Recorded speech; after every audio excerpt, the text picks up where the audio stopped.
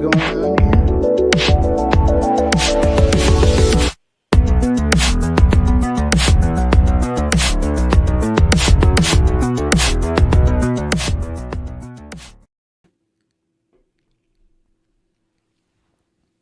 Ahoy! Greetings, salutations, and other big words. My name's Ethan. My handle is Wrangler. Welcome to Frequency Studios, weekly Wing It number 115 here on Rumble and YouTube. And starting off with us tonight, right over there is Mr. Frederick Guimond. Hey, a bit out of focus, but doing well. How you guys are doing? What you been up to? Doing the usual. And also joining us tonight, Captain Garrett of Swords and Starships. Welcome back, Captain. How you doing? Good. How's it going? How's everybody? All right, tonight? got some computer lag going on, but hopefully Computer lag. It'll snap back. Yeah, everything's kind of jumping on me a little bit here. My Wi-Fi signal isn't the greatest tonight, apparently. Also joining us, Maji-chan. Maji, what's going on? I'm here. Got off of work, ran away. You know how that goes. Awesome. And first in the chat tonight is Christy. Hey, Christy, how you Christy. doing? Good to see you. Hail, Christina. Raven, Hey, he's also Christina. here with us. Ahoy, Raven. I wasn't expecting to see you, Captain Garrett. How are you? What's up, Raven? I'm good. And It's a you rare and night Blue. off for me. I haven't had Monday off in a while, so I thought I would stop by. Is that going to be a regular Oh. thing then? Yeah, for this month, I think possibly. It's possible. Fu Man Blue. Yeah, I know you've been playing with the schedule a bit Hey, lately. man. I imagine you got to jockey things around. I will have Captain's Cast will be back on Sunday this week, but I just couldn't yesterday. So Gotcha. Actually, do I have that clip here? Something I want to play. There it In is. 1798, John Sullivan's family was kidnapped by Barbary pirates and sold into slavery. In 1803, Sully set sail out of Pennsylvania to take them back. Blood and Oak, link in the description. wow, you made a promo for my book. That's pretty He cool. actually plays it quite frequently. Really? Oh, I appreciate that. Hopefully, I'll have. Yeah, an actually, even I had better to one on the include way that in soon. one of my Metroid videos because, you know, it's all about dealing with space pirates. So I thought that was a great place to run it. I don't know why Sword and Sails Adventure isn't still just red hot. But I'm a nerd that way. I think so. everything goes in cycles, though. Like Westerns were the big thing for a while. Vampires were the big thing for a while. Cars were the big thing for a while. Everything goes in cycles. Fu Man Blue saying 2 Captain Casts in 1 week may be more than I can bear. A lot of. Are you saying that a little captain goes a long way? That's probably true. That tracks. Yeah, I didn't hear about the whole movie theater collapse thing until you played that on your show today. I was like, wow. No, that's crazy. Yeah, that was. So okay, so here's even the more crazy part about all that is that happened in Washington. Washington is like California's little brother, and the fact that there was still only 2 people in that theater tells you that's how bad the movie's doing. Thank goodness that it was was a bad Wenatchee? movie for all those lives that were saved. Exactly. No, if that had been Yeah, the Super it- Mario Brothers movie, it would have been a catastrophe. DEI saves lives, people, by keeping them Yeah. out Everybody of dangerous was theaters. everybody was joking. Everybody was joking in your chat, Captain, that Marvel has saved lives in real life by clearing out the movie theater before it collapsed. It did. No, everything happens for a reason, including the Marvels. Oh, I'm sorry. Okay, yeah, I Christy's still have asking what nightmares of that happened. one. Yeah. Don't know. So Christy's According to asking the what report- happened. What happened, Christy, is a movie theater, the ceiling collapsed in on one of the theaters during the showing of Captain America Brave New World. However, There were only 2 people in there, and they weren't injured, thankfully. But had there been a group of people up in the main bulk of the seating there, a lot of people would have been seriously injured, if not killed. Thankfully, nobody was there. It was like God's protecting us with bad Marvel movies. Yes. In fact, I have there's a link to an article here. This one's kind of. I it's can in my pull it stack up of from stuff. my local news since it's not that far from where I live. It looks like that's a city, Wenatchee Valley, which is just to the east of Seattle. So yeah, it could be rain damage because it is a very wet environment there. Well, weren't they getting a lot of heavy snow up there lately too? Yeah, Snow can do the that, whole too. the whole winter's been really wet. Yeah, and if you don't get the snow off the roof can cave in if it starts I don't to think there was any accumulate. snow involved. I honestly think it's water. Just where it's located. If it was more in the mountains, it would 100% be snow. Yeah, the kind of stuff happens regularly around here. The That's picture is wild though, because like the first 4 rows of the theater are just buried in rubble, and it would have been bad. It would have been very bad if it had been a good movie.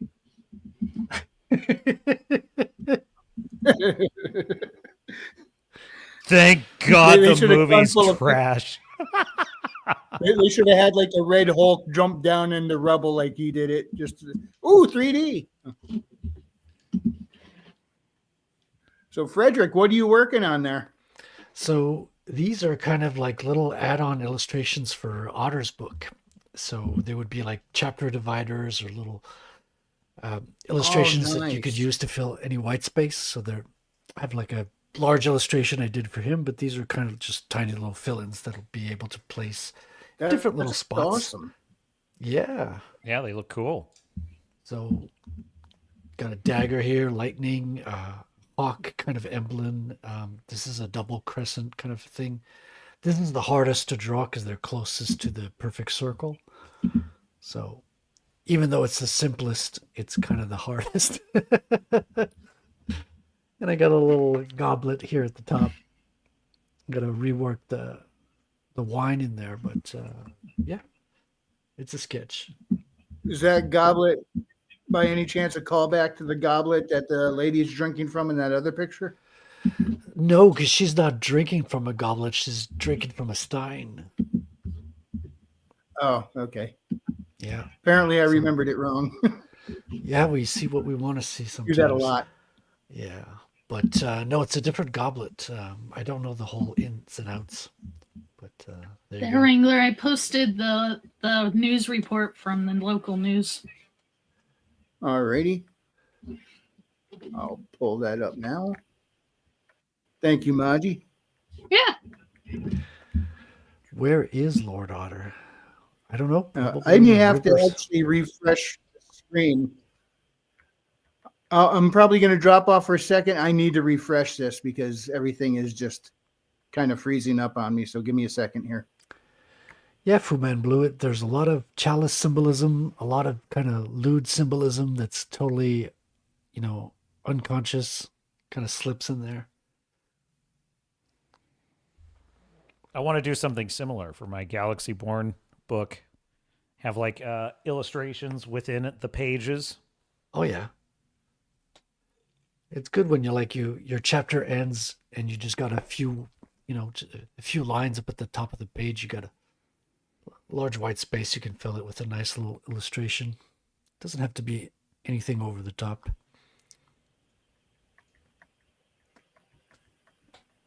Okay. Share screen. See, this is where I need to get my own Mr. Producer. Everyone should have one. I couldn't do it without him.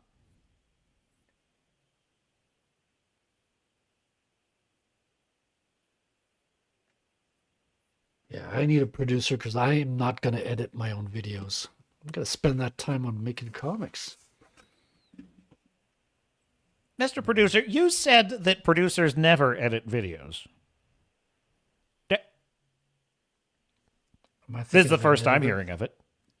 No, we're gonna have to talk about that. I'm thinking of an editor, maybe. Something about job descriptions. Needs to be able to do everything and not value money in any way. Yes. It's not coming through, is it? Yeah, there it is. I think it's coming through just now.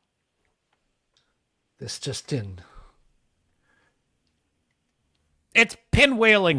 Had they been sitting in the Ahoy, Starfury. Okay. she probably would have been crushed. Animation Let's try that overload again. arrives. Ahoy. Cinema in Wenatchee. Look at all the debris on the ground right here, covering rows of that movie theater, watching Captain America when that ceiling came crashing down. I spoke with the battalion fire chief who responded to the theater. He told me it really is incredible. 2 people inside were not hurt. And they heard some pops and some cracking.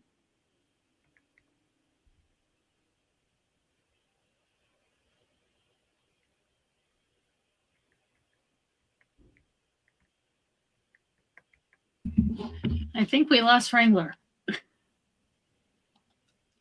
We're trapped. What happened now? We lost Wrangler. Where was he last time we saw him? That is the question. Oh, Can you hear me now? Yes.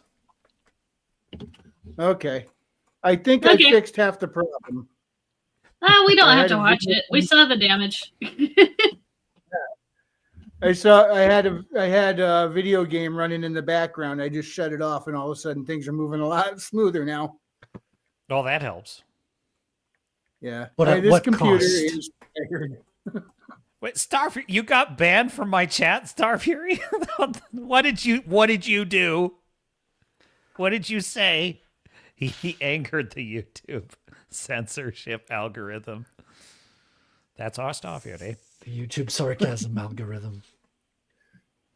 Starfury Good to is a see you, moderator. Starfury. Fu Man Blue and Starfury are both moderators, and my own moderator gets himself banned. Can't he unban himself being a moderator? It's automated YouTube stuff. It's YouTube is sniffing out Starfury's surly commentary. Yeah, YouTube is sniffing something. glue. Lots and lots of glue. No mobile fuel. What? Now, where was that video, by the way, where he was going over the horrible games?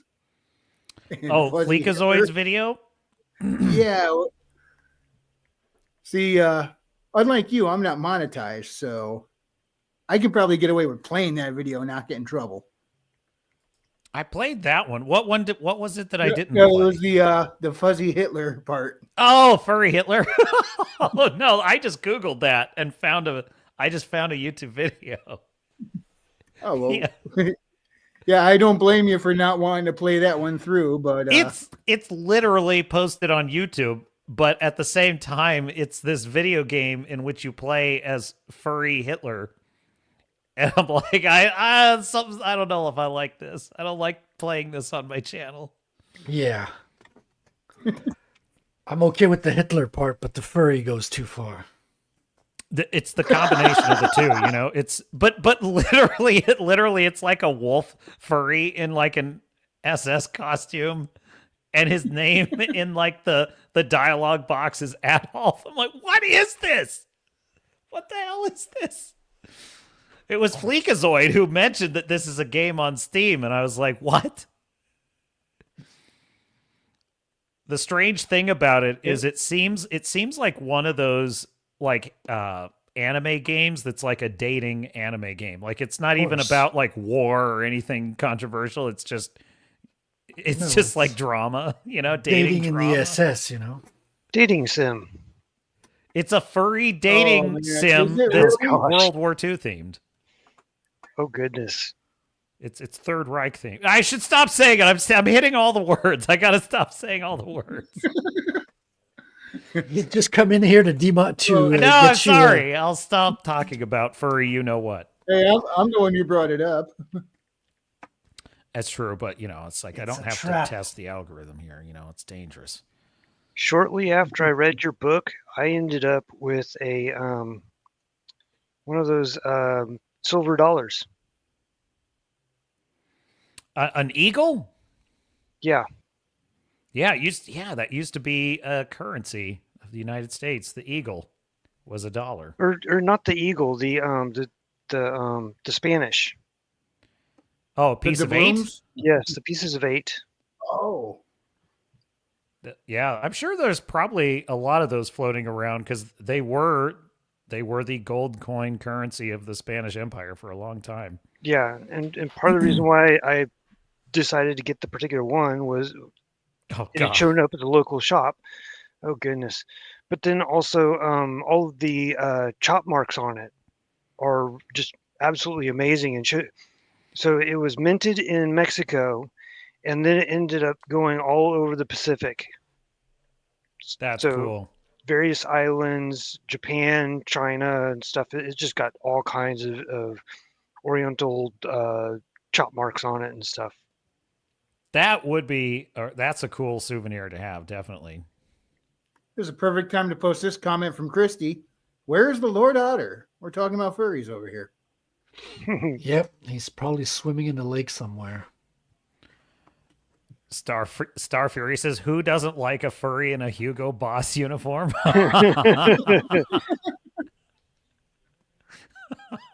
So is this him right here? Yeah, this is No. it. I think that's what I clicked on, honestly. Set in the mid 1950th. What? Oh goodness! Set in the mid 1950th, towards the end of World War II, is an imagery furry world, seeing the ruins of his cities. What? This guy needs a copy editor for his descriptions. Great I English. just set in the 1950th. That's my favorite part of the sentence right there. What is this? I disavow. I'm so glad you're gonna play this because I got squeamish trying to play this on my channel. Oh no! I don't know With if the I Look at want the paw to. print on the armband.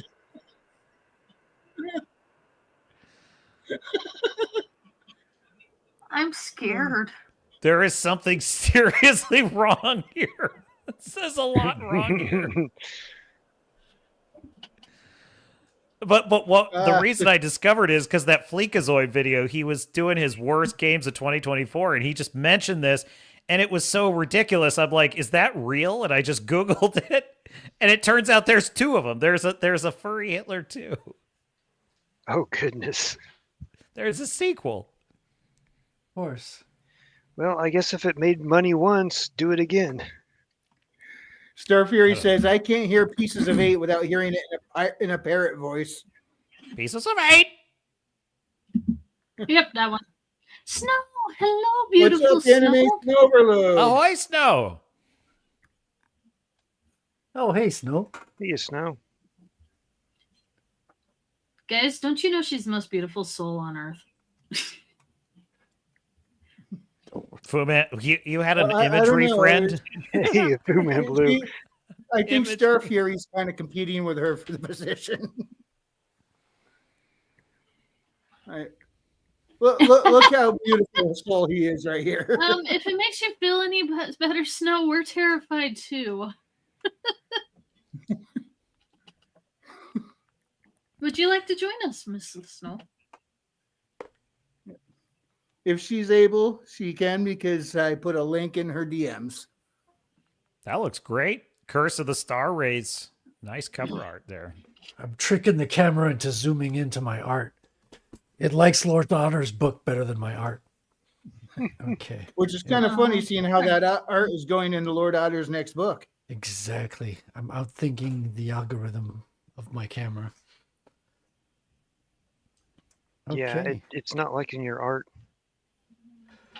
Maybe it's too loose pencil, I'm too loose of a pencil artist. King Bob.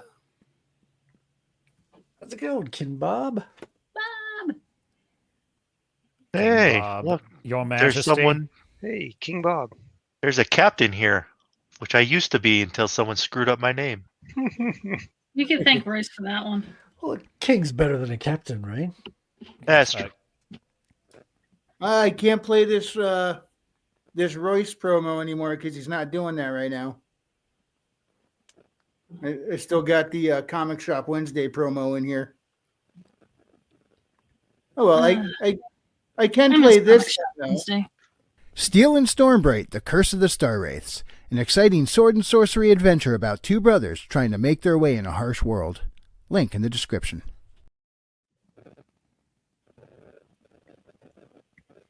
Yeah, That's great. Snow cover art. says she can't play. She can't. She has a cough. And Christy says, "Feel better, Snow." It's so ratchet. I've never heard it described that way before. So wretched. Is that what the kids are saying now? Oh, I have news. I have news. Lots of news. Let's Use hear of it. what? So, officially, as of today, Jared's movie, Ballad of Missouri Bill, is available to watch on Amazon. Sweet. By the way, that movie has a phenomenal soundtrack. I'm going to, let me see. Yep, I have it right here. Amazon Music. I got the soundtrack. I'm going to see if I can put that in the chat. I have watched this movie twice. I really, really like the story behind it. My only gripe, which isn't even his fault, is the sound in some places is really weak. But it turns out when he was uploading the video, he accidentally deleted the audio file. So he had to get what scraps he could and repiece it back together. Oh. Oh, that's painful. Oof. But he still managed to salvage it. That's good. Wow. Do you want to play a trailer of his real quick? Sorry, I forgot to mention that. I I was so do. excited when I saw it was live. I'm looking for that trailer as we speak. But yeah, no, you can rent or purchase it on Amazon Prime.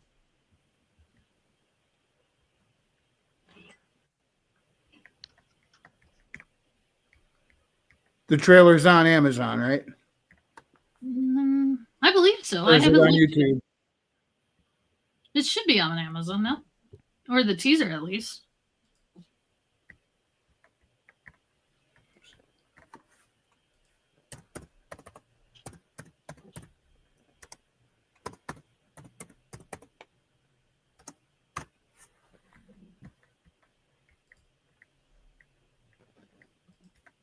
Oops, I better add a few more qualifiers to that. Ballad of Missouri Bill. All right.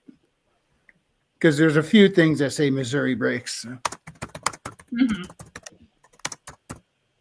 I mean, AC Pritchard and Evele Music actually designed the poster that they use for some of the promotions for it. Oh, cool.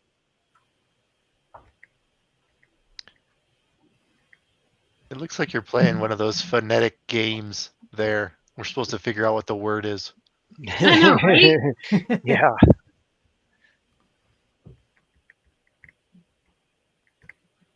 Share screen. Hopefully we could share this again. Boom. All right.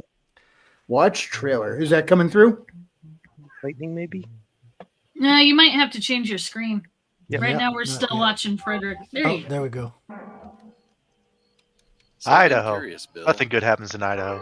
Whatever. I love Some Idaho. Missouri lawman way out here. Best place for potatoes Yeah, for looking your for that. potato gun. Grand sense of adventure in the West, I suppose. All right. So being a lawman wasn't adventurous enough for you? I guess I was looking for a different kind of adventure. And turns out Memphis wasn't all it's cracked up to be. What happened in Memphis? A bunch of good men got killed. All of them my friends. After that, Memphis just lost its luster. When you get to running with Shooter? I met I Shooter. in stand Chattanooga. corrected. One thing happened in Idaho Little that was court good. martial. He was on disciplinary leave. A lot of people didn't like Shooter, but we always got along pretty good.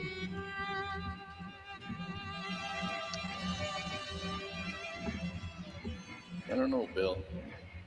If I was you, I'd grow a pair of eyes in the back of my head.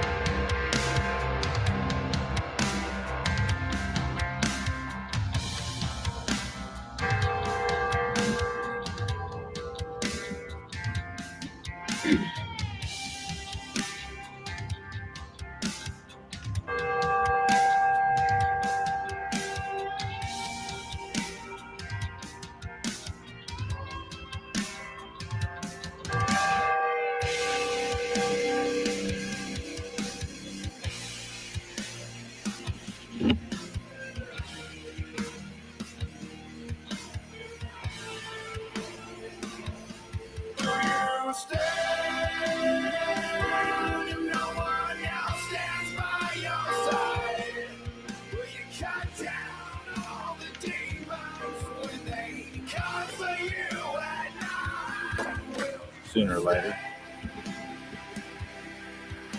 everybody's got to make a choice. On the back end of that choice is where a man finds out what he's made of.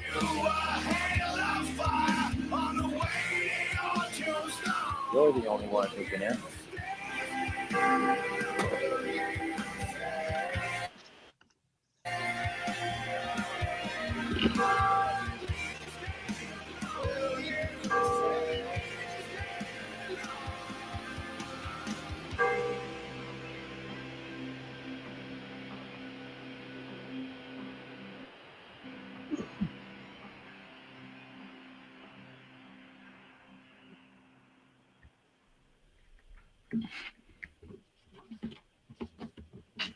All right. Star Fury says, clearly a revenge drama. The best type of Western. Looks like it.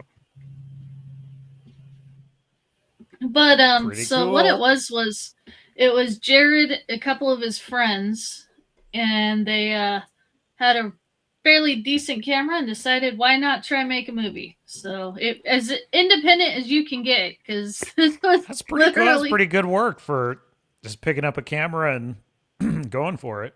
Yeah, it looks good. Oh yeah. No, it was funny. If you check out his I could never do Twitter, if you check out his Twitter and his X profile, you could tell they had absolutely no money because one of the people they were talking to, it was one of the kids that showed up for a minute or two in the movie, and he's like, "What's your favorite scene?" He's like, "The dollar trolley," and you're like, "What the heck is the dollar trolley?" And he's like, "That's where they fixated the camera and then rolled it across the bale hay so it would be stable." That's just being clever. Resourcefulness. Wow. So why did they stop lever action? Your Okay. Majesty. So, yeah, if you notice, they switched from lever action to bolt action. There was a reason for that. They discovered that a lot of the trench warfare was making people have to shoot from a prone position. So, lever action sucks in a prone position because you have to turn the gun sideways to rack the lever to get the cartridge to eject so you can shoot. So that's why they switched from lever action to bolt action so that people wouldn't have to do that kind of crap. But the lever action would have been ideal for Sounds like an cavalry. ingredient. That's where it was great, was on horseback. True. Although you don't really gain anything on horseback with lever versus bolt. And then eventually, obviously, we got rid of bolt as well. So now at this point, it's like, it doesn't matter at all. At You're what point correct, would they Star start? Fury. The American West is beautiful. That's why Westerns are Yes. beautiful, because it is beautiful. At what point, as far as firearms go, did they stop using the musket balls and start using actual bullets, and then start using like having 6 shooters and stuff like that? About what time period was that? Not the mid 1800s. Correct, yeah.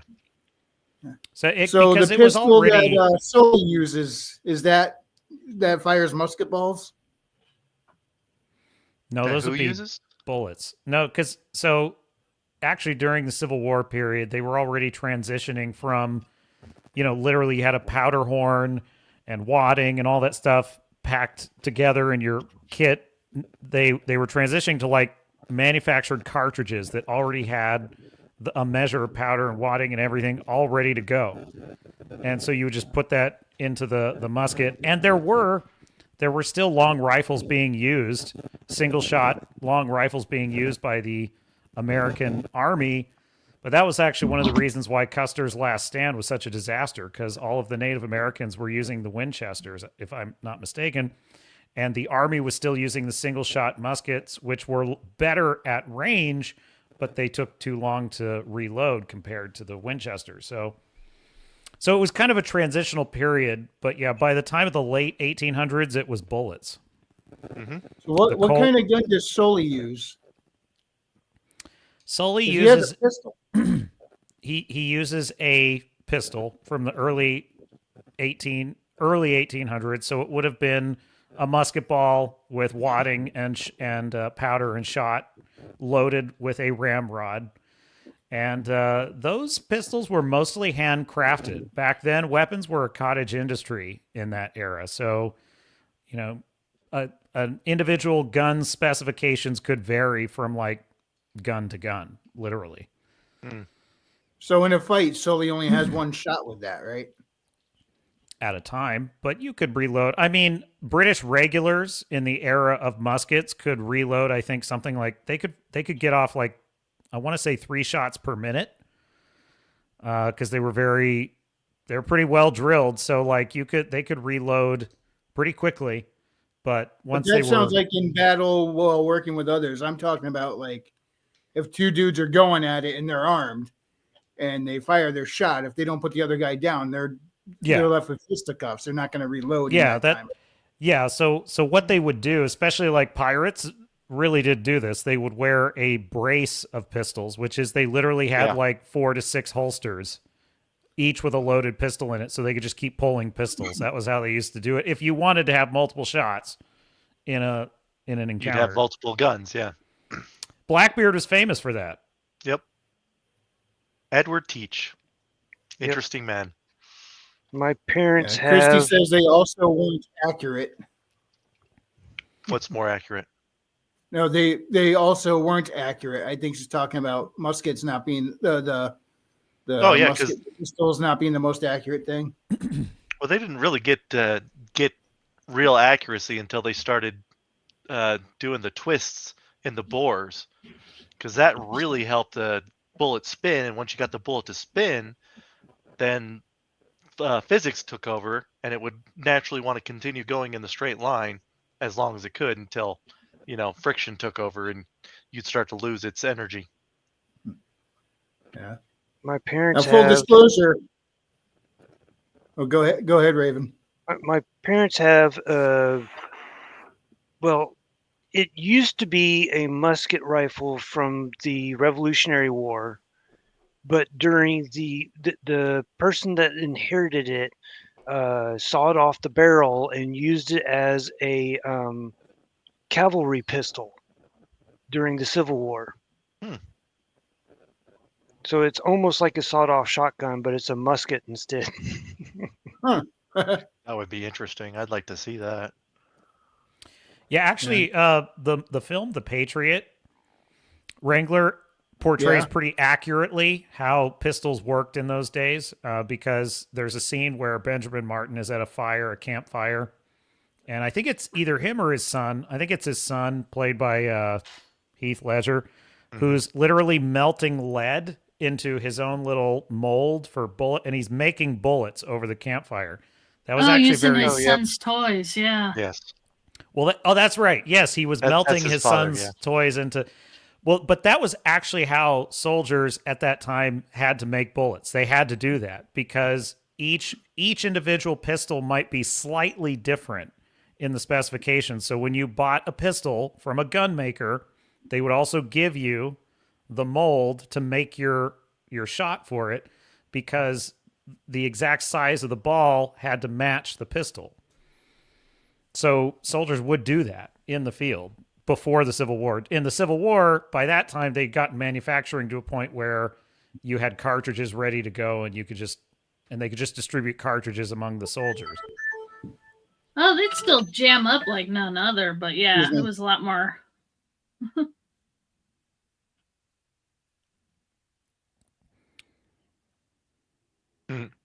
Oh, I do love historical weapons, Star Fury. You know that.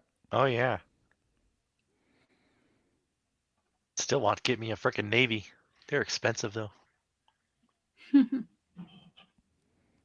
Yes, a frigate in the age of like sail and cannons was a pretty powerful weapon because it was essentially carrying, anywhere from 20 to 36 to 40 to even 70 cannons, which were throwing thousands of pounds of shot, every minute or so. I mean, that's a floating artillery platform that was pretty powerful for its time. Yeah, Very useful for bombarding a city. Full disclosure, Captain, I was thinking of doing a versus video of John Sullivan versus another indie character. So I was trying to figure out how his gun works, what kind of damage that would do to his opponent. If you watch the film Master and Commander, that's the same era as Sully. It's basically the exact same era. So Master and Commander is the perfect film to watch. All the technology you see in that is basically what Sully would have. Yeah. Now those shots, though, I understand bullets can do a lot more. They're still deadly, but those shots they're not as vicious as the effect of a bullet, right? It depends. A musket ball hitting you from like a musket in the 1700s, that'd be pretty much like a shot. That's almost like a shotgun slug. Like that could do a lot of damage. It's also going to depend on the range you're talking about because they don't travel as well. Pierce through in the same way a bullet will, but I mean, it'll probably do a lot more tearing damage in the process, wouldn't it?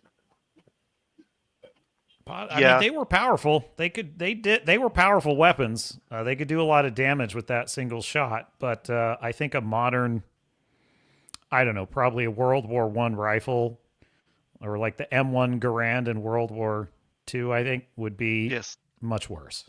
That'd be much worse to get hit with.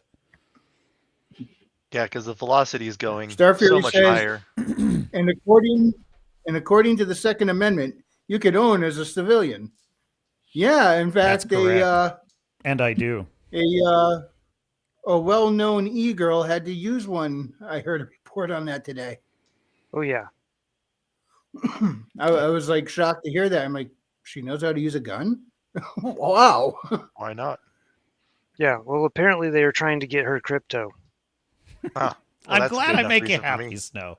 That makes me happy. That sounds so insane. You can't rob someone for crypto.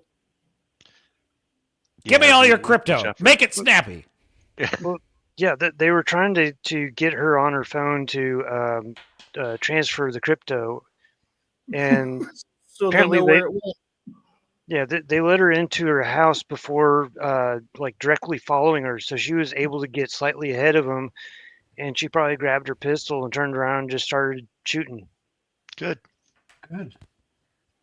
Speaking of pistol, I sent you one there, Wrangler. Yeah. A beautiful pistol. Where, in the Gilded? In the private chat. The one I want.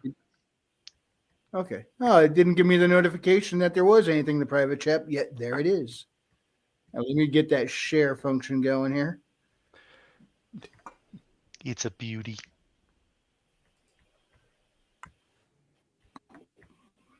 And here it is. Oh, I might have to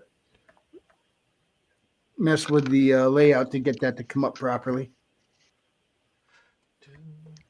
Oh, yes, you're at least 18 years old. Nothing wrong with gun chats now. Navy 7.5 inch. Is that the length of the barrel? Yeah. 36 charcoal blue ivory grip.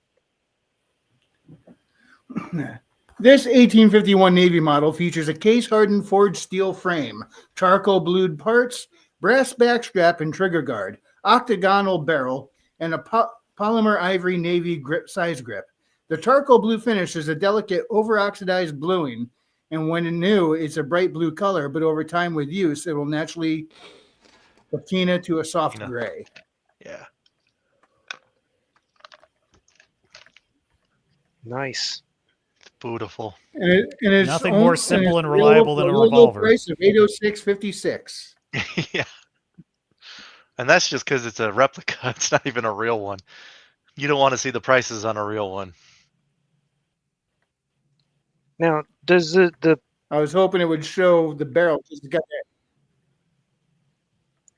trying to figure out how What's up, Raven? trying to figure out how you reload it. Is it one where the front The barrel barrel like bunts bends? forward. If you kind of see there's a hinge, Yep. that barrel's going to bend forward. Okay. Does the I can't can remember find what a it's called. picture of it. The wheel or whatever. Is that part of the barrel, or does that come out as a separate unit? That comes out. Is there one that shows a picture so I can show you how that Nice. works? So if it comes out, what you can do is you can have a second one loaded and swap pretty quick. Yeah, you should be able to do that.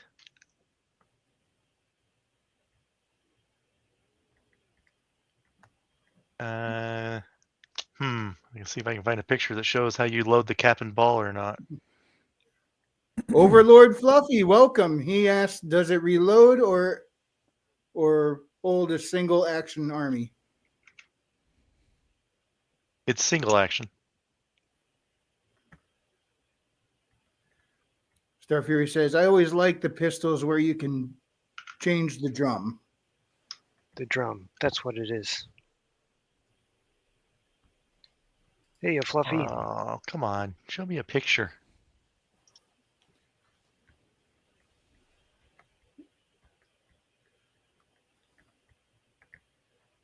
Oh, you know what I need to do? I started to a while ago, and then I started chasing tabs. I need to put on some background music.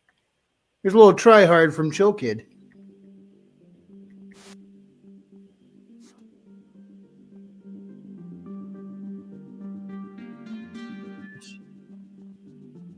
If that's too loud or too soft, let me know and I'll adjust it. Ooh, this one's got a real one. I wonder if Chill Kid's got any new albums coming out soon. I actually haven't seen him online for a while. Yeah. Blue Man Blue says it's called the Cylinder. Cylinder. Mm-hmm. Yep. Christina says there was a show called Face Off, I think.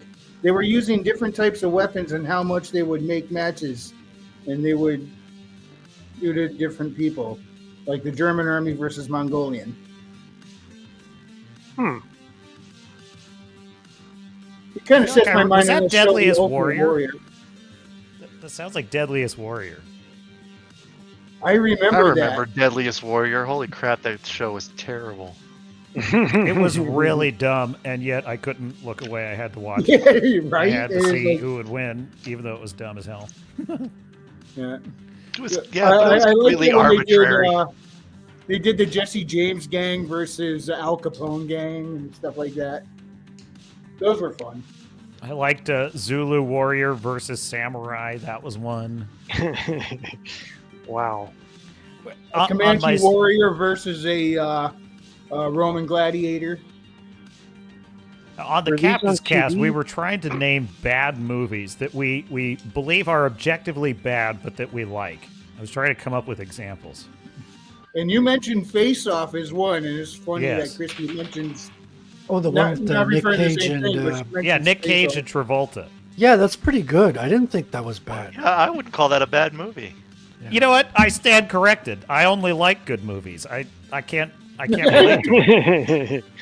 But now you got me I'll thinking, be the judge what of is that. a bad movie that I like? Well, I I'll said admit Waterworld, to- but secretly I think Waterworld has problems, but it's basically a pretty good movie. I say again, I would say that's a Yeah, decent movie. I like that. Yeah, I've now still never I watched that threw one. a few suggestions out there that again are subjectively bad, but here's No, a that- truly bad one that I actually got a kick out of watching: Birds of Prey. That's a good choice. I don't know Wait, the TV show? The TV show? No, the movie with Harley in the Quinn. what was it? In the Fantabulous Emancipation of One Harley Quinn, or whatever they. I cannot subtitled believe it. you remember that title. Wow, that's impressive. Oh, I didn't I watch that couldn't one. help. It was weird. It had me pissed off and laughing hysterically at the same time. They utterly destroyed the character of Huntress. But I just the remember over the TV dramatics. show. Yeah, It's I just terrible. watched the It's just- TV show. I never saw the TV show. But some of Well, the if over the movie's dramatics anything at like one the TV point, I show, figured it's- they were just yeah. hamming it up because they know it's crap. Star Fury's Star just naming Fury crappy says movies. Cobra and Commando, Battlefield Commando's Earth. a great It movie. started with Howard, Howard the Duck. the Duck. I know Howard. That's I've just a never bad seen movie. Howard the Duck. Oh, No. oh my gosh. Howard the Duck is interesting. That's a George Lucas movie, right? Yes, it is. That's an old one. Battlefield Earth. That's a great choice. Star Fury. Oh, that's a No, it's a Scientology terrible movie. L. Ron Hubbard's magnum opus. Okay, I know it's a terrible movie, but it's one of those guilty pleasures. Would be the Disney live action Three Musketeers. That's not a bad That's a movie. That's a brilliant great movie. movie. You're out of your mind. Dude, and it ends with that amazing song. What's the song at the end? Well, it uh, was done by like 4 megastars Ryan from Adams, the 80s. Rob- All It's for like- Love. All for Rob- one. For Ryan love. Yes. And one more. Rod Rod Stewart, Dredd, not Sting. Judge Dredd. Yeah. I like Was the it Rod Sting, Dredd. Stewart, Rob Sting, and Stewart, Bryan Bryan Adams? Adams. Pirates of the Caribbean should have been a bad movie by all accounts, like a Disney project Brilliant Yeah. movie. about a ride, and it's the best freaking movie ever. Because first one, because yeah. of Johnny Depp. Johnny Oh, yeah. Depp's portrayal of That's for Jack sure. Sparrow, because that was unintended. I guarantee you. Orlando was the Bloom only was way it supposed was to be good. the star. Well, He was- actually, what's interesting about that, the tattoo that that Jack Sparrow is popular for, was actually a tattoo that Johnny Depp had before the movie, and it was to commemorate his son. But they liked it so much they put it in the movie. Aren't they doing a new one with a woman now, or was that canceled I already? think so. I hope. They I think I don't. have it. Demolition Man. It is an Ooh. incredibly dumb movie, but I love it. I absolutely love it.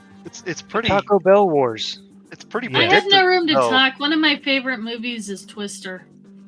Twister is a great movie.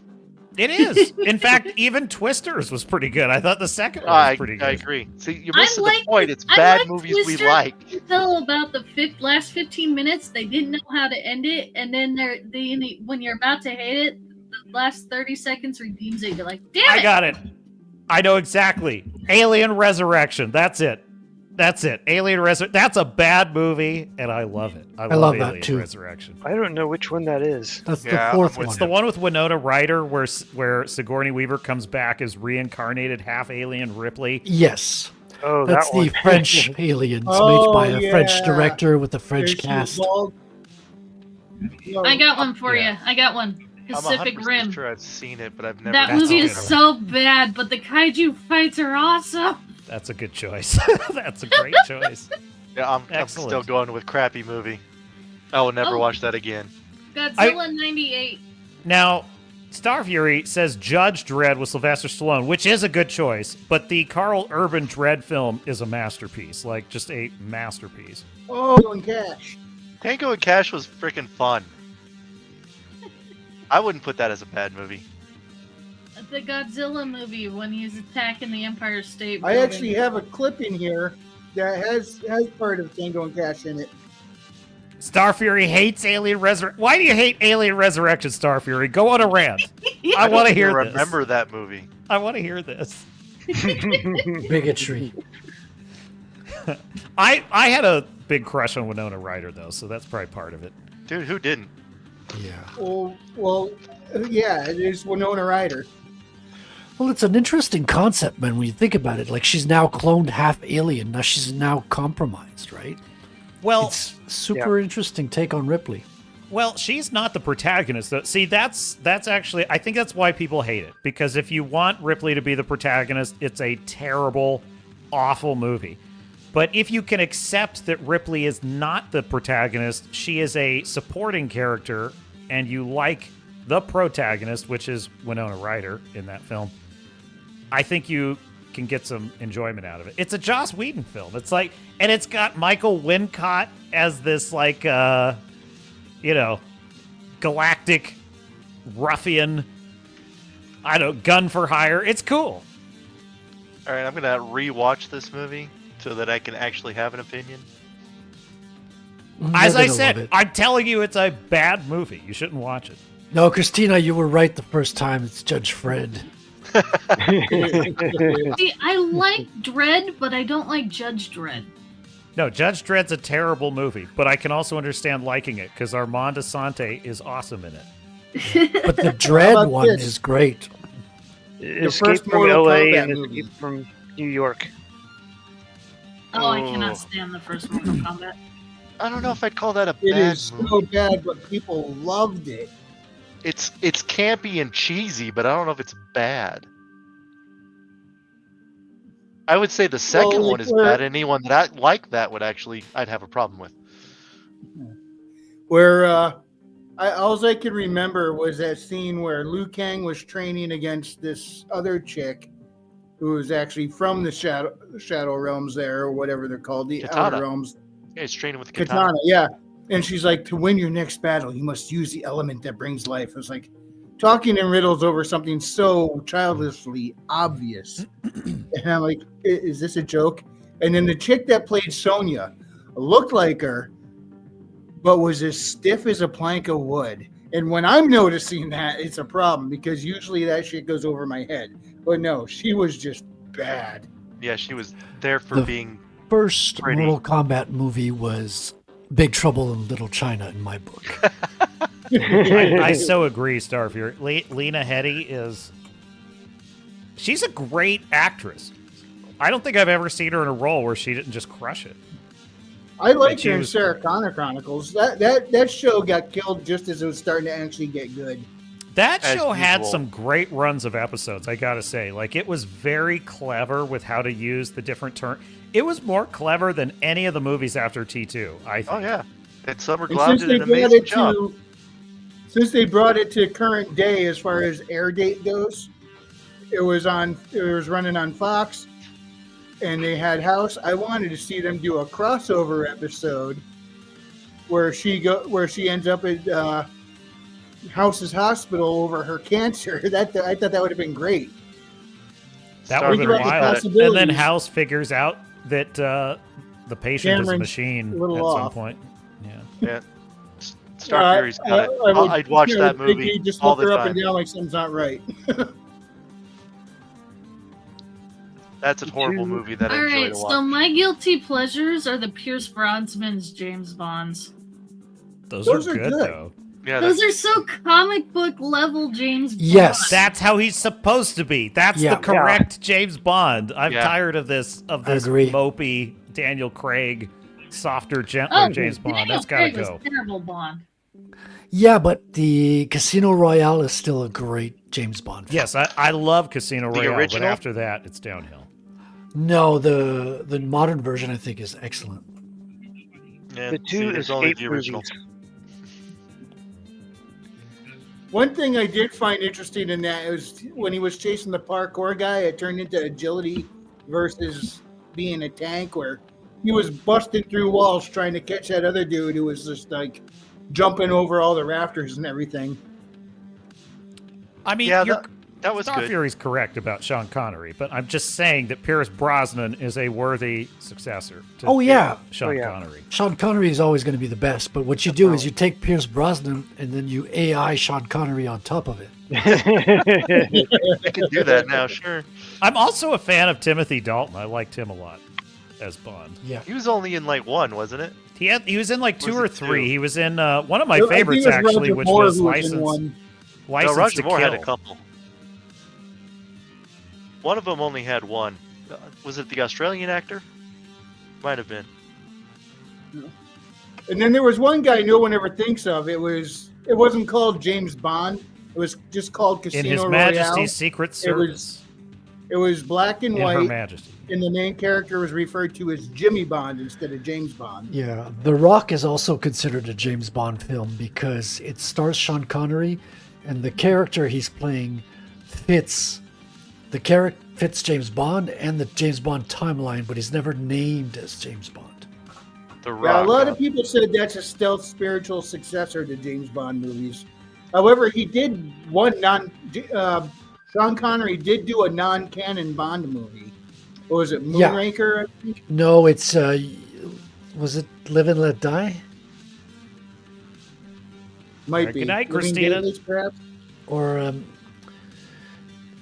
yeah, I know what you're talking about, but Have a great night, Christy. Guys, the lag is really, Never really say bad. never I again. can't understand what you're saying, so I'm gonna drop out and refresh. Okay. Okay. Sorry, it's just I cannot. You guys are roboting so hard on my end.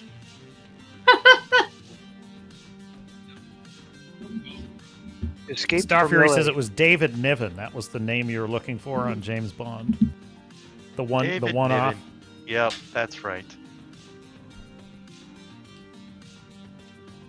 We played this game once at work. One day, we're like, name every person that played James Bond. We did not do very well. Does the guy who voiced James Bond Jr. count? Yeah, that Which would have I been a no bonus idea who point. that is. I really love the second Pierce Brosnan one, Tomorrow Never Dies. That's like one of my favorites, where he fights the media tycoon, played by, what's the name of that Yeah. guy that plays the villain in that? He's in so many roles, but he played the Sparrow in Game of Thrones. I'll just look it up. Because I don't freaking remember. It's like right on the tip of my tongue. I can't think of it. All I remember is Terry Hatcher was in that one. All right, Animation Jonathan Overload. Price. Have a great See night, you later. Animation. Thanks for Good stopping night, in. Animation. Good to see you. Jonathan Price is the answer to your question. Jonathan Price, yes, he plays a media tycoon who's going to create a crisis so he can report the news on it, which is great. I love that. It's such a It wasn't meant to be an instruction manual for people today. yeah, no, it wasn't, no. I honestly don't remember this movie at all. But nothing will. GoldenEye really is one of the greatest James Bond films. Like that Oh, yeah. opening with 006 and Sean Bean is so fantastic. Hello, 007. Hello, 006. For It's Britain freaking James? awesome. No, for me. I'm a fan of the original Goldfinger. I mean, are you trying to kill me? Do you expect me to die? No, Yeah. Mr. Bond. I got it all wrong. Fuck. Yep. Do you expect me to talk? Perfect arc. No, Mr. Bond. I expect you to die. Eventually. He was being pretty brave for having a laser about to chop off his. Well, was it a laser or was it a? It was a laser. Oh, it was it was a definitely a laser. laser. It was a Because I Jewish think there was laser one where it was like specifically. a circular saw. It's a space laser.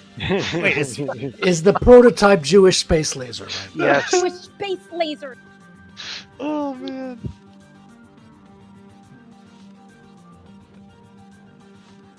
I will never get sick of that. That was one of the funniest freaking things I ever said. It was the laser. It's not a laser. It's a little light bulb that blinks. Space laser. Aimed at his junk. Yep. No, do not want, said James Bond. I still What use was- that.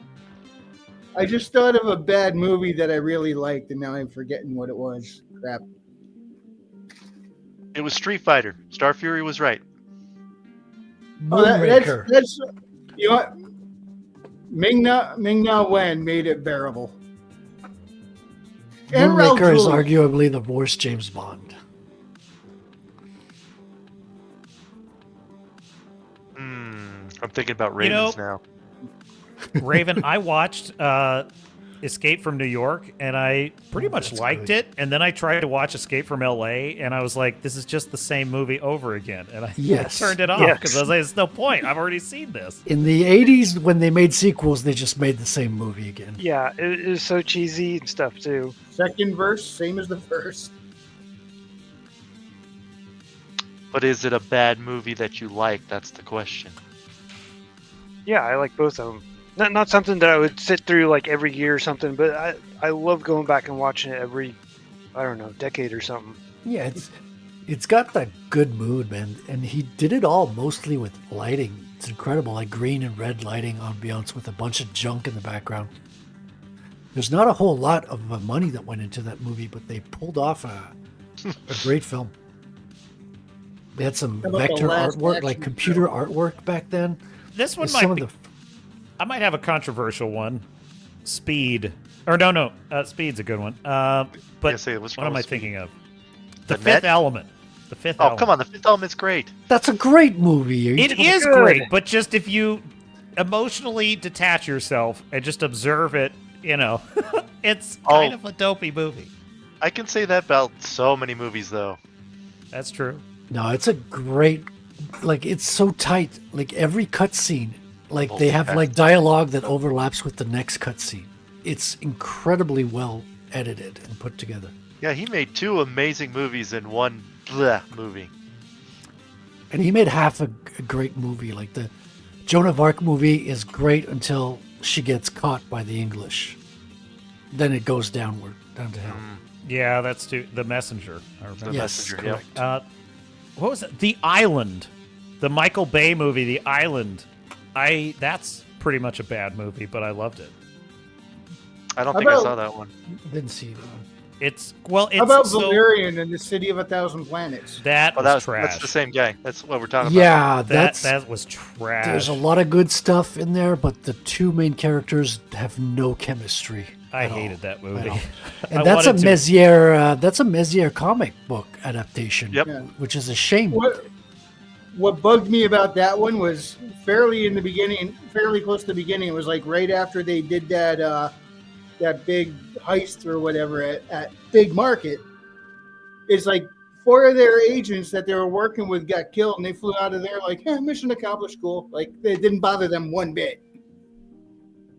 Like, they were just completely disposable. They had, it was like, you're supposed to want me to like these guys, but they're kind of sociopath or psychotic here. There, no reaction to their people they were working with getting killed. They flew away with smiles on their face. And it looked like there was a lot of cool ideas in there that they just. I think you're right, Captain. It comes down to like how the chemistry between them just wasn't there. Oh, it was beautiful though. It was definitely well shot. Yeah, there's a lot of good things in that movie, but it Oh doesn't. yeah, it sucks. Doesn't. Yeah, that's the one down. That's the one downside.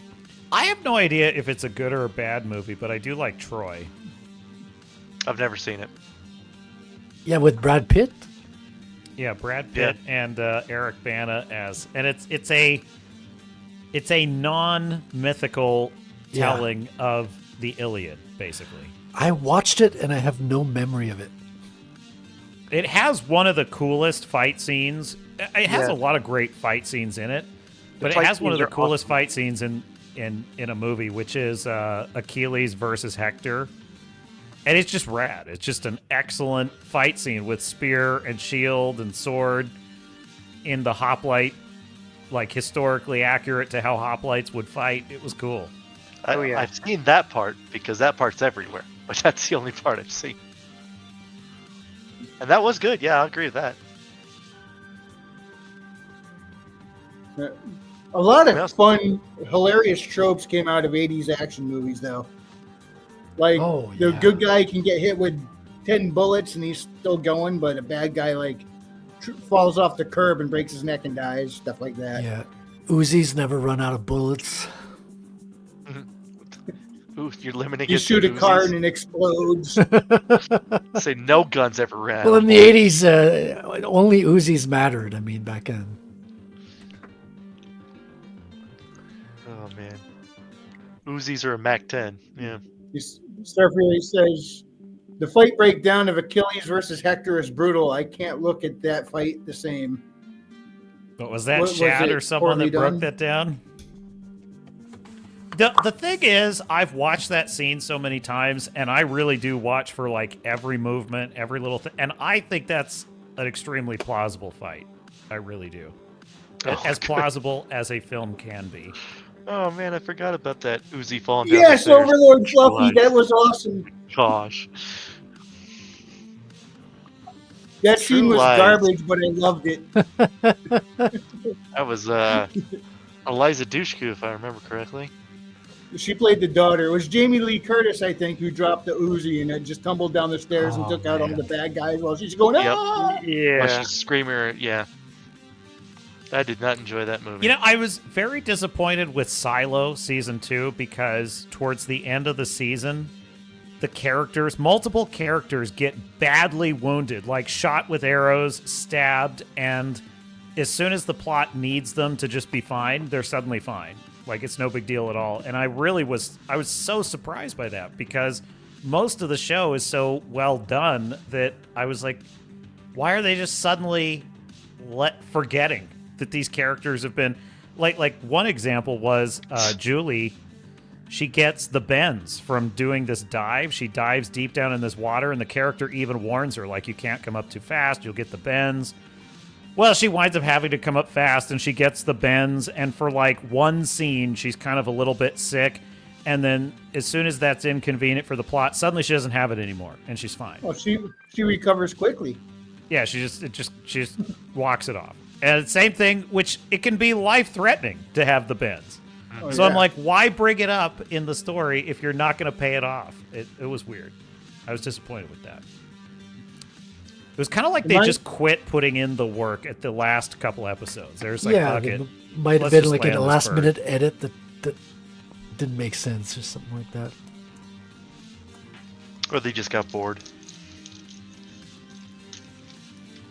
True Lies book True was Lies better book than the was movie, better. but that's not saying much. Well, that movie was half. It was half like Arnold Schwarzenegger, fun action movie, and it was half kind of a parody of all Arnold Schwarzenegger movies. Like it was sort of like that was the way it was back then when you had Schwarzenegger and Stallone and Van Damme, Chuck Norris.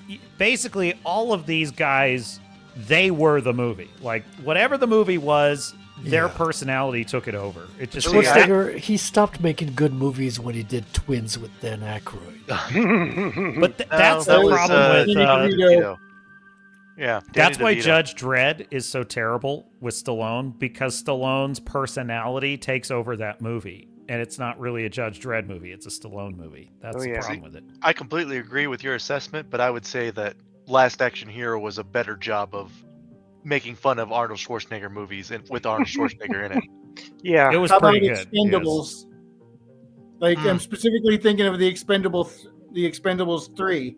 This scene where he comes running in to help them out. A door opens up and there's Arnold standing there when everyone's trying to get away. He gives this big cheesy smile and goes, "Get to the chopper!" I mean, you know what you're in for with those movies. I Yeah, they don't hide also the ball in enjoyed. that one. I think it was the first one or maybe the second, where he was in the action, and he says to Bruce Willis, "Stay here, I'll be back." And Bruce Willis goes, "No, you've been back enough times. You stay here, I'll be back." And he It's just- back in that time. they were just, Yeah, I remember that. they were just hamming up all their shticks. Yeah. But like you said, that's exactly what they what you're getting into. That's what we were there for. Just like Deadpool and Wolverine wasn't a good movie, but everyone loved it. Why? Because it gave us what we were looking for. Yeah, I agree. It's a bad Yeah, movie, and I we didn't loved go it. there for a riveting story. We went there to see Deadpool be Deadpool. I mean, And the it's action, a parody. as ever, is on point. Like the action is top notch. I don't think that Deadpool and Wolverine is a bad movie because it's a successful buddy love story. Like that is where it succeeds. when it introduces all of the MCU gobbledygook, then that's all nonsense. But it doesn't matter because Deadpool is a parody and is making fun of the nonsense anyway. So it's kind of, I feel like it's apples and oranges. It's irrelevant. It's irrelevant whether the plot makes all that much sense as long as the characters are what you came for. See, that's why I would But say no it's other- not a bad movie. No other MCU movie gets that pass because the all the other ones are basically taking themselves seriously, whereas Right. Deadpool is not. Yeah. Yeah, he's 'Cause the only the character point that of the can get movie away was to with be a it. parody. Yeah. I No, never of- saw Muller's breakdown on it. Mahler is a brilliant man, but he's not infallible, Star Fury. And when it comes to Interstellar, he is so dead wrong about that. I literally just watched it in the theater again this last weekend. He's so dead wrong about it. I was even thinking in the movie, I was like, he's so wrong about this movie. But like, he's wrong about Deadpool and Wolverine because he's taking it too literally. I think that's the problem. I noticed just you changed your name realized to you a Judge new Dredd. label there, Frederick. My gosh. Yeah, I mean, you got to stay up to date, stay relevant. Oh man. I'm gonna have to see his review on Interstellar. I didn't know he did anything on that. I don't know if he did a review of it, but just on streams, he's mentioned that he hates it and Critical Drinker hates it, and they think it's dumb because love is not the fifth dimension. It's like, that's not what the movie is saying. I didn't like it because it was too slow for my liking.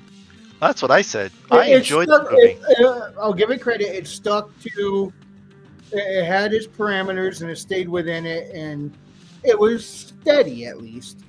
Look, I'm grateful for Mahler because he was one of the few voices that was right about the Fallout show, and everyone was like, "The Fallout show's great," and he was one of the few voices that's like, "This show is trash. Let me just rip it to shreds." Yeah. I'm like, yes. Well, yeah, of course, but see, that's I agree, Star Fury, but that's the whole point. Is like Deadpool is at least giving us a laugh at the expense of the MCU. So they've already destroyed the mythos. The MCU destroyed the mythos. Deadpool and Wolverine is just had a little fun with it. Yeah, it works 'cause it's parody, The whole yeah. anchor being concept, I just Yeah, that was nonsense. Complete nonsense. But I know that Mahler, one of his objections is that he feels they unraveled Deadpool's actual character arc from the first two films. And I think that's probably right. I think they did. Yeah, partially. But I mean, he's because- kind of a nihilistic character anyway, so does that matter? Maybe not. I don't think there was any reason for. I blanked on her name, played by Miranda Baccarin there. Yeah. What was How they just kind of wrote her as like she broke. That was just cheap Yeah. melodrama for sure. It's like, oh, he's Yeah, broken up that with his was girlfriend garbage. for just no reason at all. I love Contact. That's one of my favorite movies. Yes, only- written by Carl Sagan. I love Contact. In fact, it might actually be my favorite movie. I think I I will read watch that that all book the time. too. Hail Lord Otter. What? Who let the otter in? The Lord But- Otter has yeah, arrived. but- Welcome, Otter. What? How's everybody doing tonight? Oh, there we go. All Now right, we have you're it. a little late. We already discussed the furries. Oh no, The- I can't the, believe I missed out. The third furry Reich. Oh god. Yeah, it was Hitler furry. You know, It's a video game. It's a Steam game called Furry Hitler. The fur Reich. Oh, I'm looking that up. Oh my god, that's exactly it. Yes. That's apropos. So what's going on? What all did I miss this lovely evening? We were naming bad movies that we feel are objectively bad, but that we like anyway. Yes. We're not doing very well. Yeah, because we've decided Well, most we're of the doing movies great. we name are actually good. I still say, as much as I love it, 1986 Transformers is so full of problems, but I don't care. I love that movie. And The- even though the movie on flawed a but great movie. Hey, I'm Yeah. not seeing no Fitler here. Whatever. Furry Hitler on frickin' Steam. You lied to me. However, The Just Google it. soundtrack from that movie, in my opinion, is the best movie soundtrack there's ever been. I don't know if it's on. I guess I don't know if it's on Steam. I thought it was. There was Wait. some YouTuber. Better than Top Gun's soundtrack, Wrangler? Yes. Yep. It's up there. I hate Top Gun soundtrack.